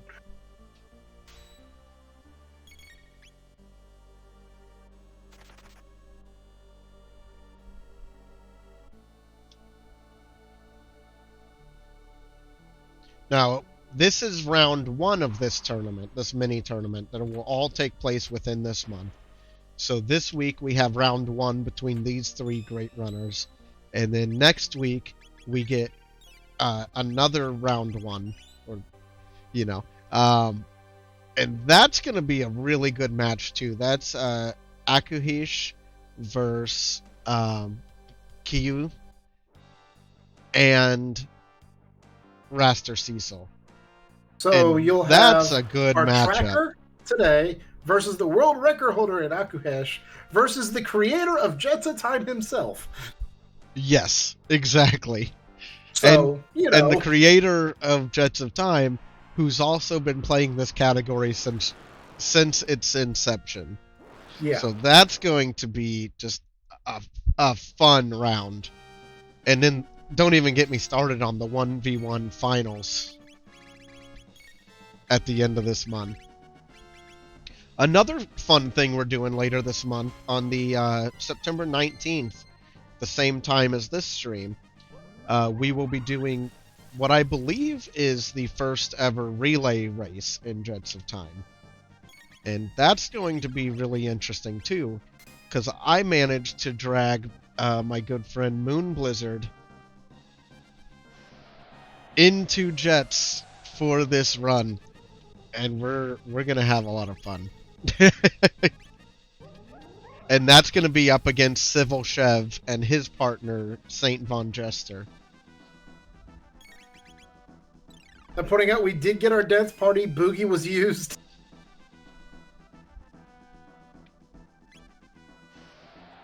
And Procky is doing tailspin strats. I didn't think we'd see this, but... You underestimate Procky. And I also... Well, I'm trying to think, is it worth it? Because if you don't do Boogie, you lose a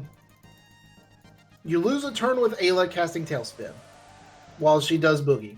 Robo effectively contributes nothing because he would be doing like Laser Spin on Azala, and that does 100. And else he has Shock. I don't think he does. I think we would have seen it against Nizbel if he did.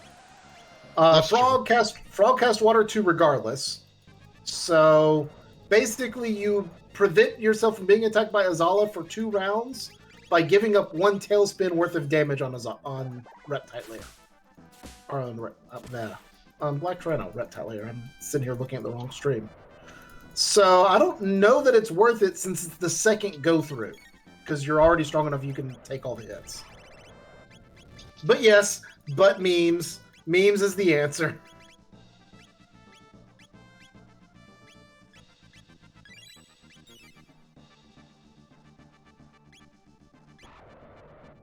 CivilChev is doing his Mammoth Machine fights. We're going to see the heals come through. He didn't manage to get the menu skip.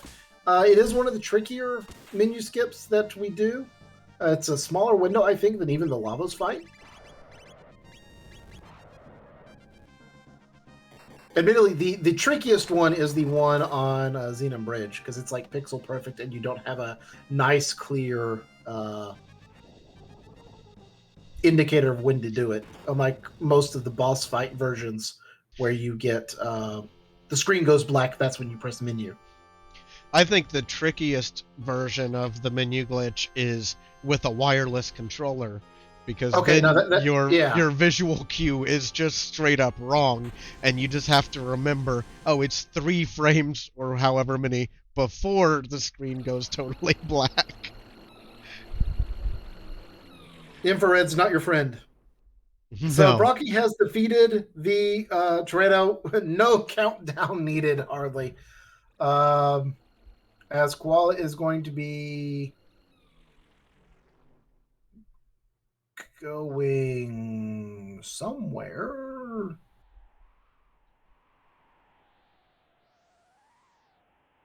Oh, he hasn't done Son of Sun yet. Okay. And by going and getting Magus first, technically will make Son of Sun faster because you don't have this really, really slow robot trying to get in the hits.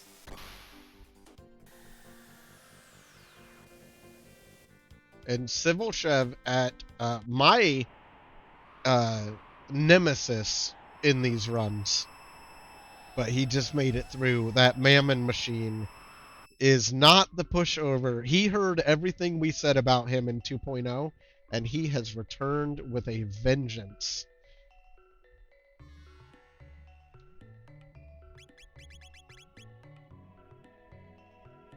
Angry puts on, I don't see any slow robots. I see one that was force-fed speed tabs. Well said. Look, we just overclocked him a little bit. We'll put some better cooling on him later. All we wanted to do was to see double area bomb, and we don't have a Luca to make it happen. So we overclocked him with speed tabs, and it's still not happening. Oh, he may, I think chat might be right.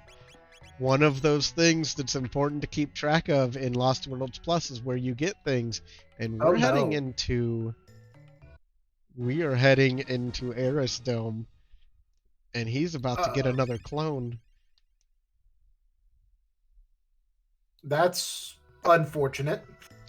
It is not near ready yet, but I have started the work on an emo tracker for Lost Worlds Plus a little bit here and there in my free time that will help you keep track of those things. But it is manual. You have to enter the stuff yourself.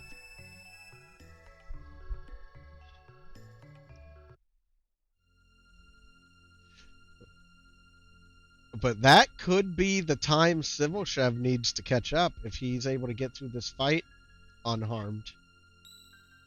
Yeah, because that's one extra dungeon. It's a quick dungeon. What's also sad is you don't get to carry over your charge pendant from last time, so you can't even go get the extra chest.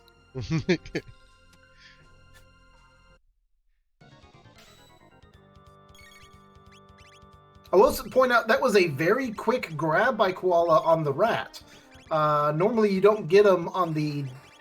While he's still on the second ladder. It's usually right as he's taking the time to turn that you're able to catch up and grab him because pixel shape.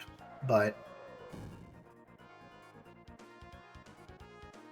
Oh, and CivilChev just about in the clear, got hit with the halation, instantly used his Mega Elixir in response. And we There's see the dance 4,000 party. damage. Oh no, that's not Boogie. That's Beast Toss for Wow. 4,100 damage. That'll do.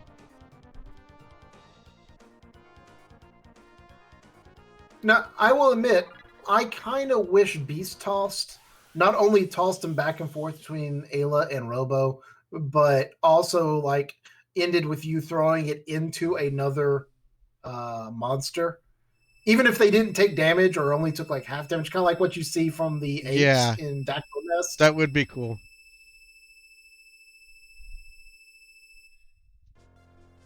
If we ever were to get another 2D Chrono game. Oh, CivilChev finishing Zeal Gauntlet. One thing I would love to see is a mechanic where by finding monsters out in the wild that do certain techs, one of your characters could learn that tech. You like, want a it'd blue be mage. Cool. Yeah, like to see or have a character see the ape do that and then be like, okay, now we can do that. I mean, that tech exists somewhat. All right, someone needs to Frankenstein together Final Fantasy VI and Chrono Trigger and import Gao into Chrono Trigger. Fantasy Trigger 6.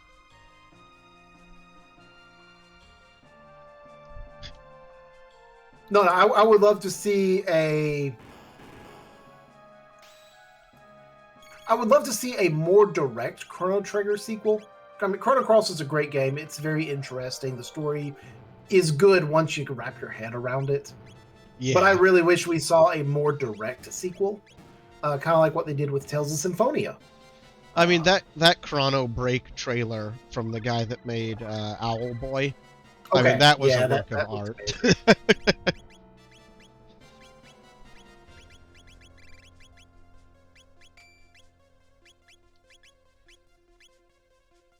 But you know what? I think there's enough variance in why people love this game and this series in general that I don't know that there's anything you could put out that would get a blessing from all the fans of this that's true. Classic, you know. Now, I do kind of wonder, would it be possible that we run into a Final Fantasy VII Remake type situation where you redo Chrono Trigger as a more action RPG than traditional JRPG?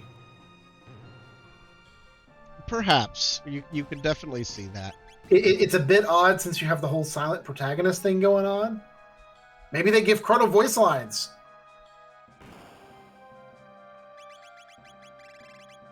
We find out what Chrono was really thinking the entire time. And he is horribly offensive.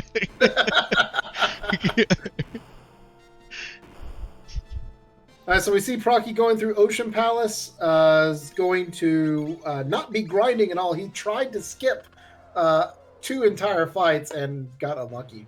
But he has taken the fireballs to the face for Frog, so now Frog Squash can just be used repeatedly, and everyone dies under the feet of a giant slimy frog that is, for some reason, technicolored and flashing like a disco ball. See, in this remake we're making, there will be a dual tech between Dino Tail and Frog Squash.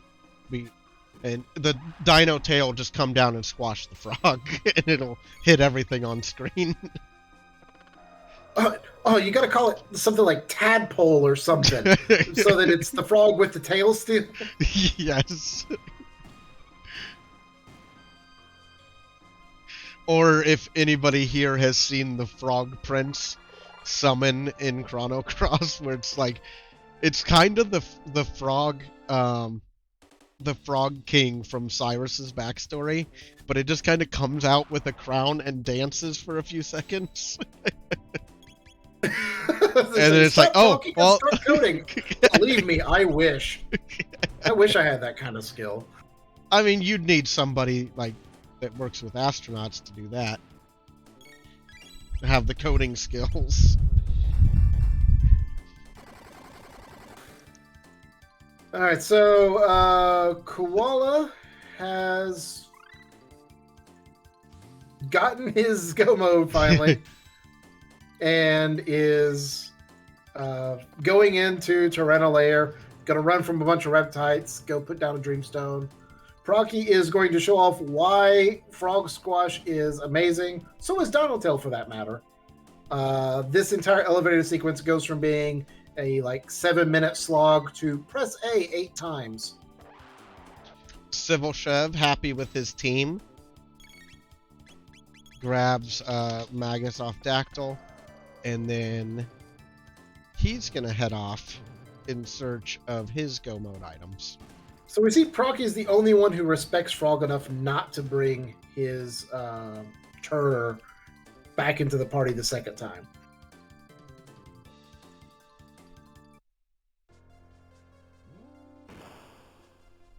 Yeah, absolutely. Like, Frog's like, do you guys gotta keep bringing this guy around? Like, I know Like, he he apologized, turned me but into a nuke. sometimes that's not enough.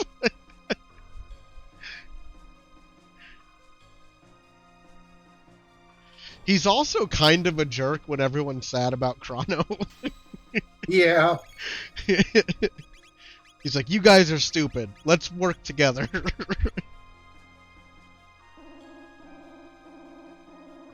I will fight with you only because it potentially furthers my goals. Yeah, exactly.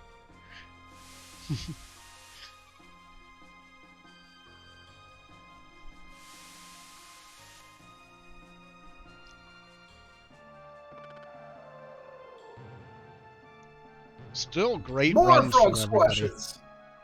I'm actually surprised to see Procky fighting this fight, unless they're dropping speed tabs. Oh no, they're dropping elixirs. Okay, that it still would be faster to not fight them, but that's not a bad consolation prize if you get caught. Especially, it's interesting to think from Procky's point of view. If I were in Procky's shoes, I would assume somebody was ahead of me. Even though his time was great, the fact that he did all the checks, I would just be like, okay, they did something different from me. Yeah, someone did Mount Woe first and didn't have to do them both. Exactly.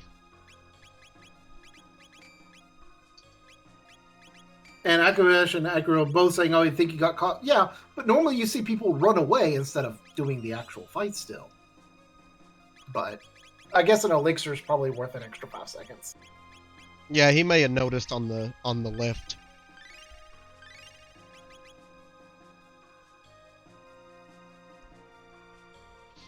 And now we get into double golems, so everyone get your dance party clothes on. Yeah. Everyone put on your dancing sneakers. Dancing sneakers.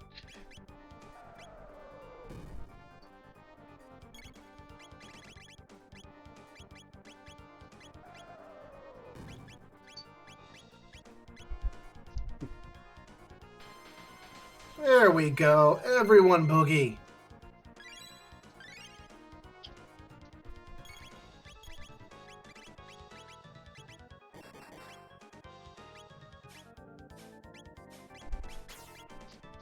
And now the double golems become a bit of a joke as you just routinely smash them. You the drop only kick downside them. to this, the only downside to this team, you get Beast Toss, which is possibly the most damaging single target attack in the game. Is it that much better than dropkick? I mean, we just saw Beast Toss do 6,500 damage. Okay, fair enough. No further questions. But that's because Robo has a Crisis Arm, 999 HP, and is going to abuse that damage ridiculously. Now he's at 9. And now and he's he's at going to heal. 793. And, you healed just enough to not be at the right HP. So we're going to use mid-tonic just to make sure we get the damage.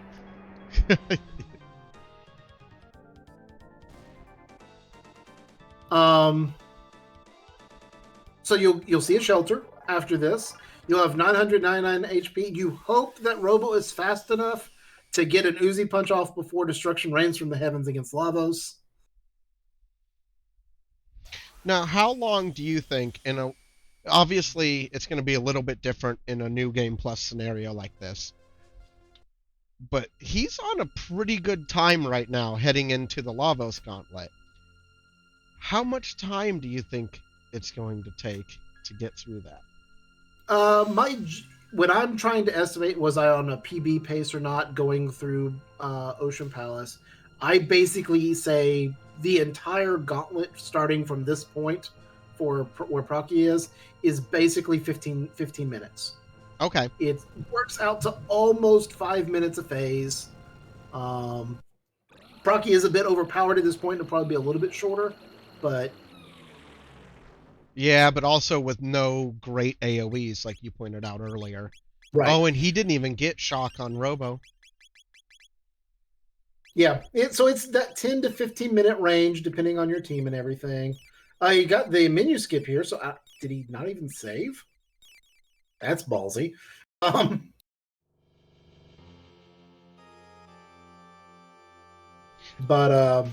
yeah, 10-15 minutes is a pretty good estimate for how long it is. See, that's what I usually think for me, but I always know there's going to be some mistakes in there, so I wasn't sure. Because, like, this first phase could be over in, like, less than a minute with the amount of damage he's doing. It's going to take 3 drop kicks to take this first phase out? But phase 2 is going to be a little rough. Full HP Uzi Punch did as much damage as drop kick. Wow. Both of them cracking 3,000. And I believe he's got full status unless he didn't equip it. Oh, he'd put the gold earring on Robo instead of the pendant. Yeah, so we see that obstacle today was sleep. That's actually probably my favorite obstacle to see, because just about everyone who uses obstacle immediately follows it up with some sort of AoE attack that wakes you back up. CivilChev heading into Tyranno Lair. Robo with a 9. It's not 999, but it doesn't matter. The first digit's a 9. Oh, he doesn't get to use it. Never mind. So we have Proccy getting ready to fight Lavos 2. Koala has just finished up the Black Tyranno fight and will be heading into Ocean Palace. CivilChev is in the Tyranno lair and get ready to go drop off the Dreamstone. Okay. I'm glad you're muted. D9. D9 from Q there. Really interesting. I think Aku's world record is going to survive today. But if Proccy wins this... it's not by much. No, if he wins this, he's going to be practicing for the finals of this tournament. And this could turn into a record battle here. Aku, I know you were in chat. What was your final time? 1:58.10. Okay. So Proccy is going to finish around the 2:05 mark. How much time did he spend in Genodome? If he had gone straight to Mount Low, would he break 1:58? He had to have spent 10 minutes there. Because he tried the glitch skip several times at least. Yeah, at least three. I don't know that he spent 10 minutes there, but it would be real close.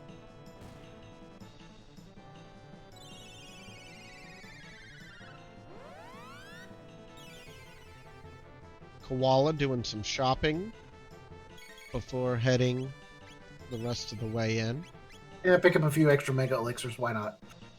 I know Proccy's been trying for a sub 2. Me and Proccy have been knowing a sub 2 was possible, but Aku made sure he wanted to prove it. So, just noticed, Proccy killed the right arm first. That's unusual. He got through those arms quicker than I expected, too. Yeah, Uzi Punch plus Dropkick killed an arm, which is great. But I very rarely see someone kill the right arm first. The left arm technically has less HP.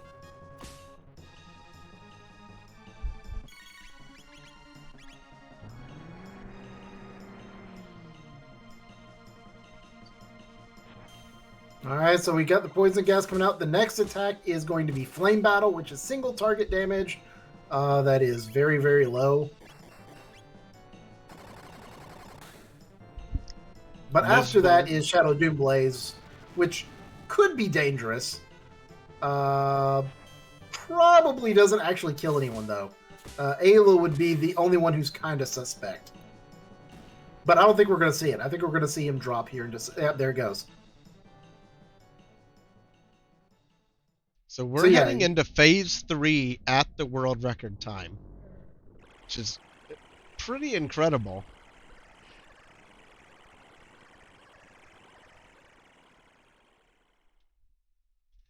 This screen that CivilChev's on right now is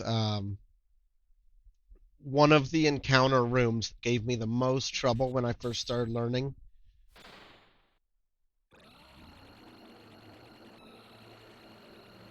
Yeah, there is a practice hack out there for speedrunners. It's based around a vanilla Chrono Trigger, but all of the triggers work in Jets as well. That is really good for learning rooms like this, the hidden pit room in Magus's castle, finding your way through Dinodoro Mountain without any fights.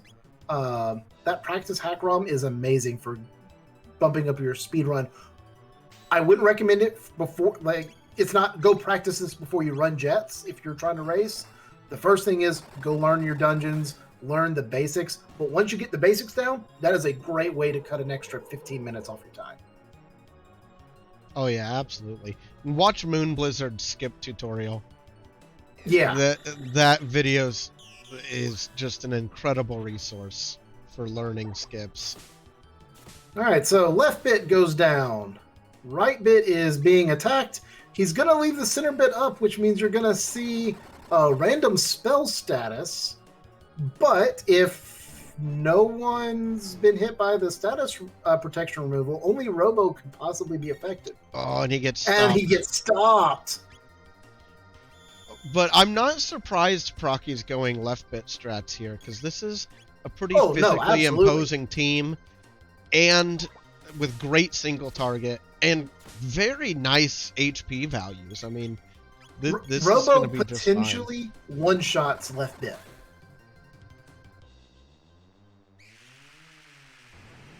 At full HP. UnqualifiedKoala working his way through the Ocean Palace, and CivilChev finishing up probably about midway through the fight with Black Tyranno. All right, we see Evil Star cuts all your HP in half. Probably one of the more annoying attacks, but Robo actually probably enjoyed it because it dropped his HP up to an 8. Oh, no, never mind. He's at full HP now. Never mind. Now, the real question is, can he do it in one cycle?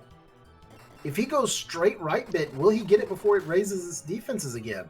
He'll be close. He'll be close. I don't know. He's getting 3,000 hits, so it's 6,000 damage basically per ATB fill.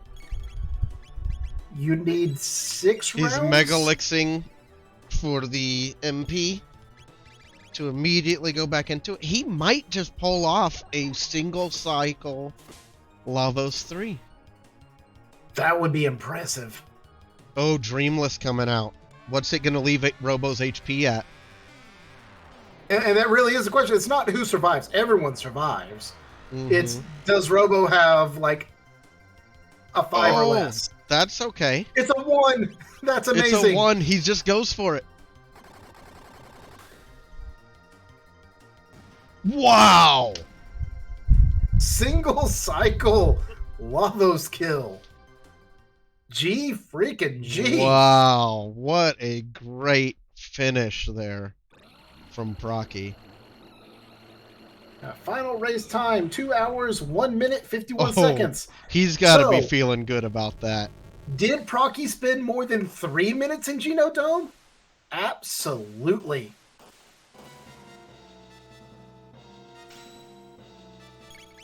World record was on the table. Wow, what an incredible run. Cementing his place in the finals of this mini tournament.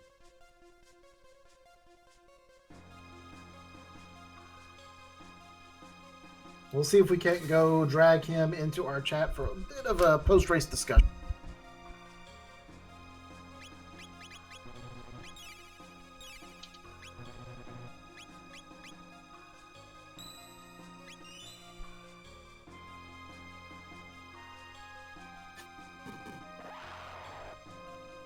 Just a strong finish.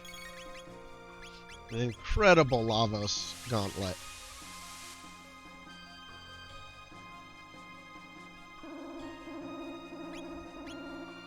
So we see CivilChev grabbing some shopping. He shall appear.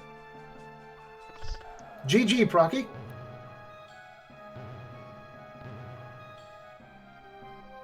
Oh. And looks like Procky is still muted. Oh, thank you. Thank you. Hello. Hello. Hello. That was GG. a single cycle Lavos fight. What do you think of that? I was a little overpowered. Well, you did those extra dungeons. That's all. Well, you did That's those right. extra dungeons for extra XP, I can only assume. Yeah, I was overleveled even for Zeal. Now the chat, about midway through this race, the chat started talking about where I would be if I was running this seed when we found out woe was required. Yeah, see, I thought this must be a hand-picked seed for me, or for the race because Cthulhu knows how unpopular Mount Woe is, and the fact it was required for for Zeal, I don't know, it was just a perfect seed. Yeah. Also, kind of a janky team. Yeah. Well, I actually really like the Frog Ayla Magus combo. Kind of rough for the mutant fights, but the damage is pretty good. And then the fact that you could transition to Robo, Crisis Arm, Gold Earring, Shenanigans. Yeah, that was ridiculous. great. Just looking at your options and being like, I don't need to go get Magus. Was that something you did, like, completely just based off what you had? Or was that like, I think somebody's ahead of me? Well, part of it was there was pretty good speed tab findage. Like, I think a couple actually were just found randomly in chests. So I thought, like, at first I thought, okay, I have Robo. Am I going to use him if I can get a speedy team? And even though, Magus, Frog, and Ayla, that's a weird team, but they had good speed. So, I figured that would kind of take me through the first part of the seed. And I was a little wrong there because due to the way I always check these seeds, I ended up, doing all 5 checks. So speedy I was not, but the team was. And then, I just saved those speed tabs up for Robo because he needs them. And if you give Robo speed tabs... Also, another thing in the back of my mind was, will I find a good arm for Robo? And then, yes, I did. In the Black Omen, I found Crisis Arm and Terra Arm. So I was like, yep. Ooh, and I got a Glen ending. Oh, great. So there was a while there where you and UnqualifiedKoala were same screen passing each other back and forth throughout all of Death's Peak. Like, you guys would be on the same screen, and he would get ahead of you during one room, and then you'd catch up in the next room, and it just kept going back and forth till the Lavos spawned. Yeah, I had a kind of a sloppy Genodome. put me behind a little. So at what point, like, because obviously some of the routing decisions in this seed, you guys had a lot of options in where to go with this team and with the polls you kept getting. Was there a point where you looked at where you were, like when you finished Genodome and you were like, that took a long time and it was pendant? Was there a part of you that was like, somebody did this in the right order and is ahead right now? Yeah. Oh yeah, absolutely. Because I mean, I've seen that so many times in races where we'll get people going, going Geno or going Woe early, and I always do them last because I have a system. But my system doesn't always work. It's not a foolproof system. But honestly, when I actually was entering Lavos fight, that's when I started to get nervous that someone was. That's when I actually started getting nervous. That someone could actually be just ahead of me and killing Lavos by now. Was there a part of you that was worried that somebody was about to beat the world record right in front of you? I think it easily could have happened actually in this seed. Like the seed was pretty generous, like gear wise. There was a couple extra speed tabs lying around, like I said. Like that's always nice in a Lost World seed. And so yeah, I thought, if someone took the right sequence. And we talked about, if you spent more than 3 minutes in Genodome and instead had gone to Mount Woes first, that's world record. If I didn't have a really bad Genodome, I probably would have had a sub 2. Yeah. I did like 5 tries on the conveyor skip and then gave up and went the long way. Well, you have cemented your place in the finals at the end of this month for this tournament. And next week, we will see Akuhish, the current world record holder, versus Raster Cecil, the dev of the Randomizer, and Kiyu. Our tracker today. Yeah, our tracker today. And depending who wins that, you could very well be facing some really tough competition. Oh, absolutely. Aku has come so far, so quickly, and has become such a real contender in these races. And then Ansky, aka Raster Cecil, aka the main dev of Jets of Time. If you watch him casually play this, he seems very unintimidating, and then you watch him race and he just turns on all his cylinders, and yeah. I have lost a good number of races to him. Especially Lost Worlds Plus, where I will be ahead at Zeal and he'll make up the difference on the way to Lavos. Yeah, I freaking love this category. It's so fun to play, and yeah. I said earlier, I think it's kind of cathartic to get to walk into Lavos at level 37 or 38 and give him the trouncing he decides to give you sometimes. Yeah, it's good retribution for all of the times that, you go in there level 30 to 33 like you're supposed to, and it's a hard fight, and then you walk in on one of the, I don't know what level I was, but probably closer to 40, but, those extra few levels, make such a huge difference. Just the way that the characters progress, especially in their hit points, and especially Magus, too. He gains a lot of hit points between level 32 and 36, so, yeah. Well, I really appreciate you volunteering your time today and participating. And this has been a really fun set of events so far. And I'm excited to see how the rest of the month goes. Oh, well, thank you so much for inviting me to participate. And, I always got your back. I'm always part of these, as many charity speedrun marathons as I can be, Yeah, absolutely. And I think a lot of our community shares those ideals. We tend to see a lot of time being donated to different events and different different charity organizations and marathons. That's one of the best things about our community, I think. Yeah, 100% agree. Yeah, we've done quite a few different charities now, like Immerman Angels, and I don't know, the Bail Project was another one, but hopefully one day we can crack that glass ceiling, get into GDQ. Everyone just needs to believe. Absolutely. Well, me and you did, and a couple other people have done like Game Over Cancer and a few other Of course, really cool Game Over Cancer marathons. is a great organization. Yeah, absolutely. Yeah. Akash points out we're in SG Live. Oh, absolutely. Coming up, That's so- huge too. We're getting attention.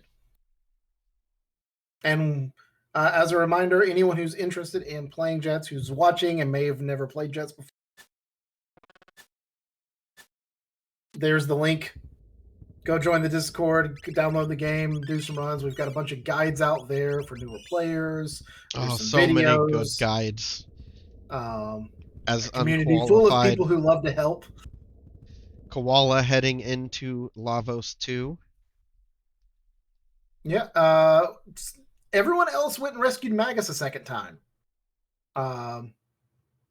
Procky's the only one who says, no, I want Glenn to be free. Man, those drop kicks hitting for 4.2k. I was impressed that Uzi Punch was hitting for more damage than Dropkick. For Procky. Yeah, if I saved power tabs for Robo, he would have been just hitting so hard. I usually don't go for those crisis arm strats, and part of the reason is because in order to use Gold Earring to have 999, you have to be a pretty high level. But geez, in a Lost Worlds Plus seed, man, wow.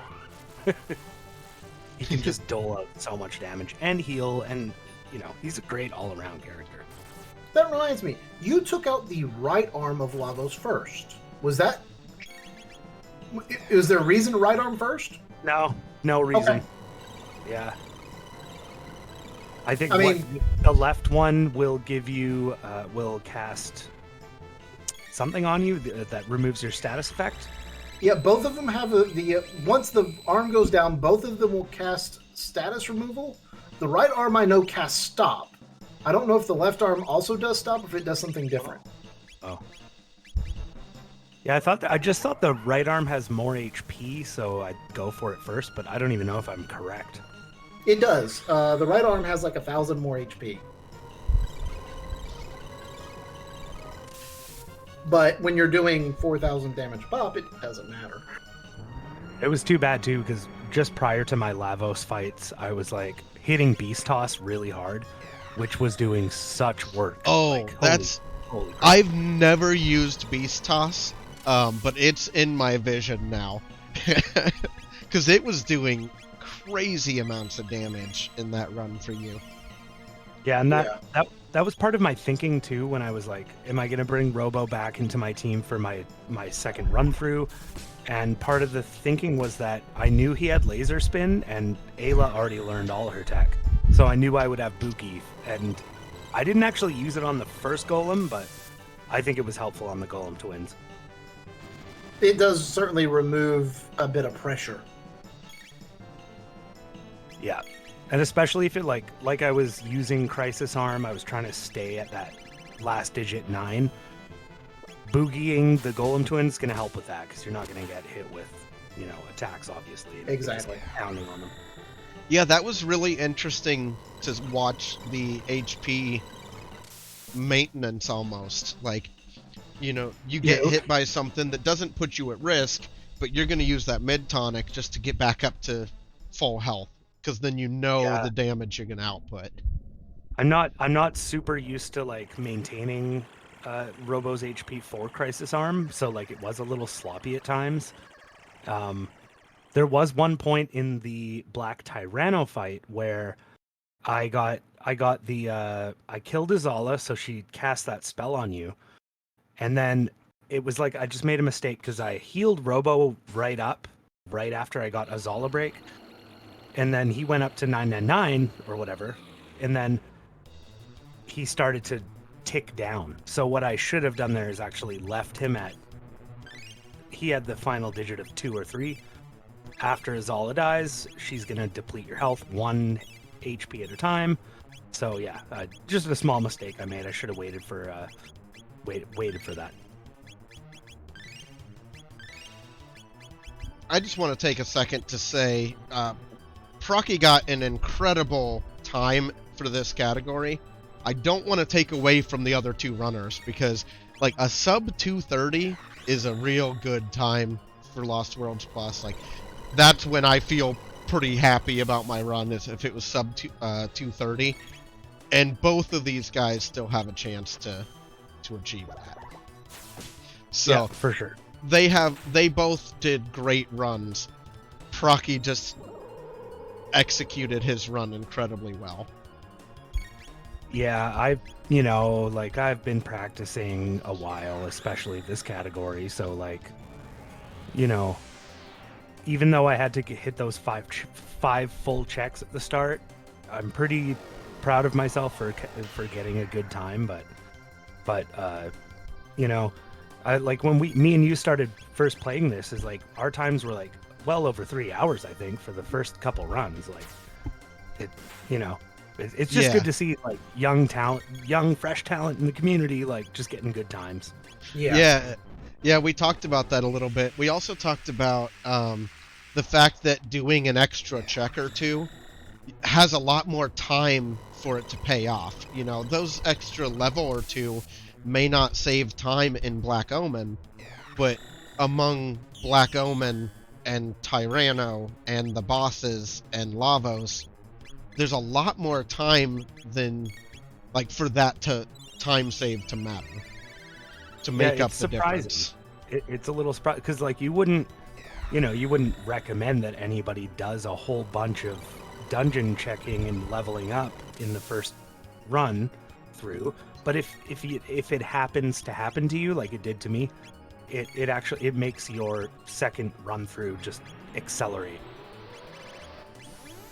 Yeah, that's one of the things that I really like about this category, is it does feel skill based. Luck is only going to take you so far, and then after that, it's what do you do with the things you're given. Yeah, do you make the right calls? That's a good point, because like, with our regular tournament race flags and everything that we're going to be going on with in the future, it's like we're looking at boss randomization and all kinds of things that really leave it up to luck. And a Lost Worlds Plus seed is a little bit more linear than that. Like, it does test your skill, I guess, a little bit more. But I mean, it still is totally luck based. Yeah, they're very different beasts, and I enjoy having more than one way to challenge each other in a game like this that has just such a different feel.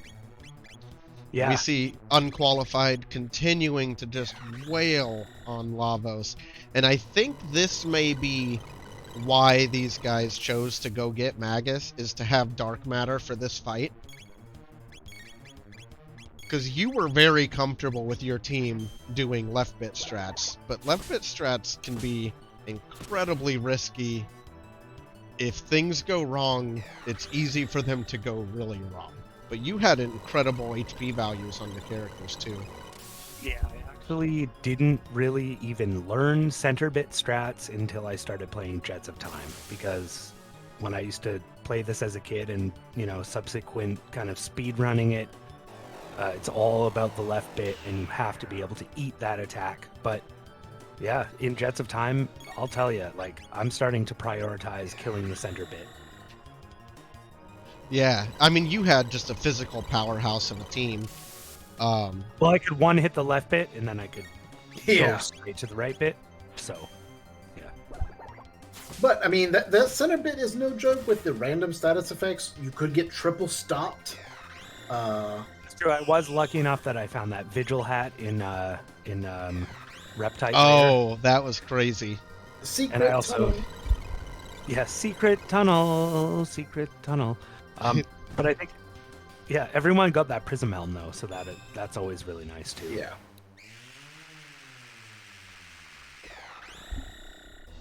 We have dueling final bosses, and I think we're about to see him drop on Koala's screen. He did not get the one cycle. Yeah, it looks like Chev. It looks like he's going for this.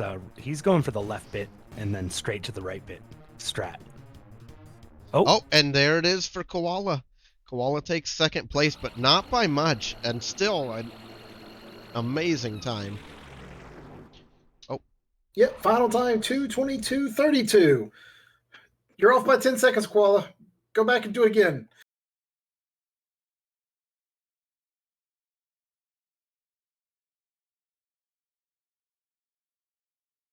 Strong finishes from everybody. Now we're gonna see CivilChev finishing up the Lava's fight here fairly shortly himself. That's I mean, CivilChev was behind significantly at various points throughout. So for him to catch up as much as he did, that second run has gone very quickly for him. Wow, just such strong boss fights. Like everybody handled all the bosses so well in this race, and it's just going to be exciting how everything else goes.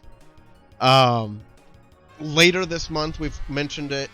We're doing a relay race. Proccy will be taking care of the restreaming for that, and then we'll have teammates on commentary as well. And so that'll be a lot of fun, and I appreciate Proccy doing that as well. But now he has to focus on practicing for the end of the month to be the first Jet Out of Darkness champion. GG Civil. GG CivilChev. GG Koala. GG all of you. Thank you so much. And yes, I'm looking forward to the future. Just you need to send me a schedule, that's all. And then I'll stick to it. Just send it to me. Okay. Yeah, I'll send that to you as soon as I can. And CivilChev's final time, 2 hours, 24 minutes on the nose. Nice job ending with the double zeros. We all know that's the most important thing. It's not just about getting a good time. Your time has to make good sense and be fun. Like straight twos across the board. Awesome time. 2 2 2 2 3 2. It feels a bit wrong. Yeah, I don't like those digits when using Crisis Arm, but I'll take them in a race. Yeah, absolutely.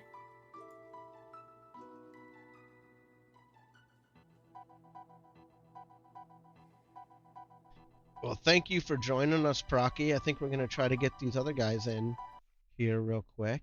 And we have them both, Koala and Civil. GG to you both. GG. Yeah, GG indeed. So you guys both had great runs. Even though you didn't take first today, you both got sub 2. And you guys were really close. I know Koala had some tech issues. Yeah. Which was unfortunate. I I was sad to see that. Sub 230 maybe, but definitely not sub 2. Sub 2 on the first half. Oh, okay. Yeah. Yeah, no, I mean those were great runs. And you guys my made very beginning different. was awful. Did you get any? I mean, you got a couple good things from the loot route, but nothing like groundbreaking that I saw. No, but like that wasn't what was awful. What was awful was I underestimated both Son of Sun and Ms. Bell 1. It was bad enough that I did both those checks my first time through, so I was gonna have to redo them. But I did them super underleveled, so it took me a long time to do the checks that literally I'd have to do anyway again.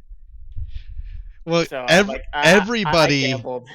I think everybody 100%ed the seed. Like everybody did all the checks on the first run through, if I'm not Okay. mistaken. Yeah. And that was, there were people in chat were saying, I think you'll get a kick out of this, Civil. People in chat about halfway through were saying, if Cthulhu was in this race, he'd have go mode. Because they were the two checks I always do first. Yeah, no, I actually noticed that. How did you feel about it, Koala? About the run in general? Yeah, the first half was pretty rough. I ended up doing every key item check. And then on my way through Black Omen, my Wi-Fi went down for a second. Oh, dang. But then the second half, I forgot where the Dreamstone was.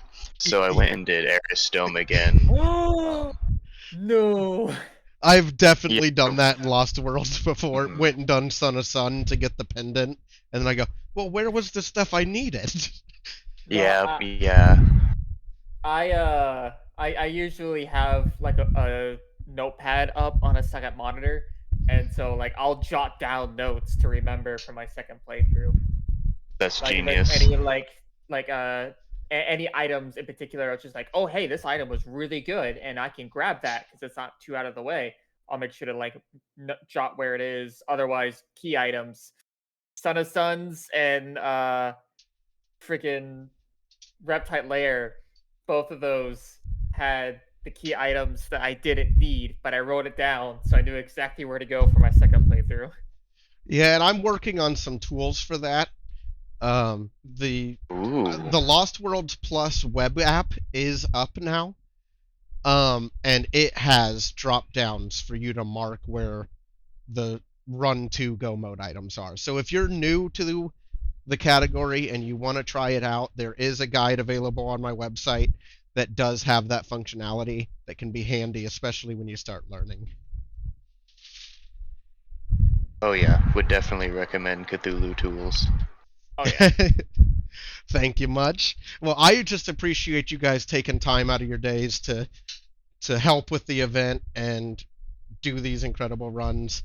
And I hope to see more from you guys here. We're going to have some more events going the rest of the month that I think we'll have a lot of fun with. So it'll be every Sunday at 2 p.m. Nice. There'll be something cool going on this channel.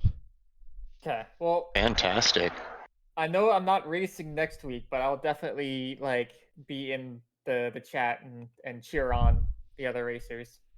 Absolutely. Next week's race is going to be pretty epic. Because for you guys that weren't in chat when we talked about it, it is Raster Cecil, who's the main developer for Jets of Time, versus Akuhish, who's the current oh dang. Yeah, the current Lost Worlds Plus world record holder, versus our tracker today, Kiyu, who is new but has been developing pretty quickly. I think it's going to be a really fun race. And then the winner will move on to face Proccy at the end of the month. Okay. And then I'm also looking forward to the relay race. That's what I was going to say. The last part here, on the 19th of September, is Team Moon Crisis versus Team. Was it? It's a Civil Jester. I thought it was Civil Jester. I wasn't 100% sure, but that's going to be a fun race, pulling Moon out, and it's going to be close, I think, because me and you are pretty close on Lost Worlds. Yeah. But no, I appreciate everyone taking some time to hang out today, and we'll call it here. But especially thank you to Korenth for clearing time out of his day to help with restreaming and help us get set up and commentary and everything. Yeah, absolutely. Yeah, glad to be of service. I hope everyone's had a good time tonight. Remember, if you are interested in joining Jets, come join our Discord. We'll get a chat up or a link up here in just a moment. Also, we're doing this all in support of the American Foundation for Suicide Prevention. We've thrown the link up several times throughout the day. Go check them out. Feel free to donate. Make Cthulhu go run laps. That's one of the donation incentives there. just go make him collapse into the ground. Yeah, so let's talk about the donation incentives available right now. Yeah, you can make me do extra laps. The walk is at this pretty good sized park, and we kind of as a group do this big walk. And then I'm gonna do an extra lap for each one of those that sells.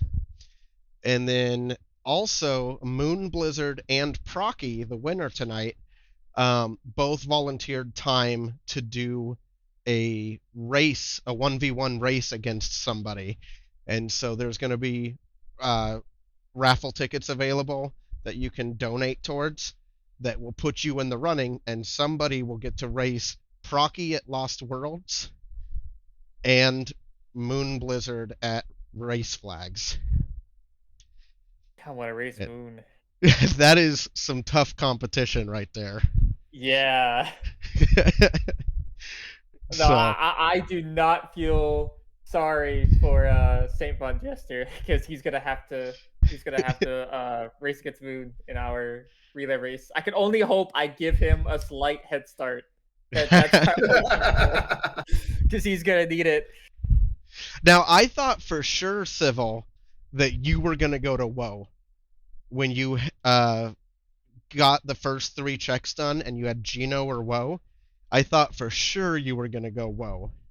Man, like 70% of me wanted to, and I was just like, I feel like everyone else is probably not going to, and if WoW turns out to be another dud, then I'm gonna be even more behind, because that's what happened the last time. Because WoW takes longer than Genodome. Sure. But this time I was just like, no, I should have went to WoW. Yeah, Procky accused me of perhaps setting this seed up to make people like WoW. I promise that's not what happened. Loading the seed. You loaded this one. No, I do like WoW. I was just more worried that me liking WoW was actually going to lead to my detriment. By the time I got to WoW, I felt extremely behind. Yeah, I think we all felt that way. Yeah, that had to have been interesting because you guys all had fantastic times, but I guarantee you, I would have felt behind that whole race. Just if I was where you guys were, I would have thought, there's no way somebody didn't go there before me. Yep.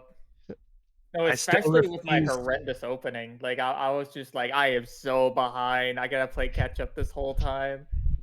And then, like, I beat Black Tyranno. And then right when I beat Black Tyranno, I see the GGs. And I'm just like, geez, are you kidding me? I'm like 20 minutes behind. Well, thank you to everybody who came out and hung out tonight. I really appreciate the support. And we're going to have more stuff going on. Anybody in the community that wants to do streams and tag them with hashtag Jet Out of Darkness, you're more than welcome to. Let's just keep everything rolling, and we'll do some cool events this month and see what happens. So I appreciate the support from the community and having the opportunity to do fun tournaments like this. So I appreciate you guys, and I think we'll call it there for today. Hope everyone has a good afternoon. We'll see y'all next week. Yep. Yeah, same channel or same time, same place. Have a good night, guys. You guys have a good night as well.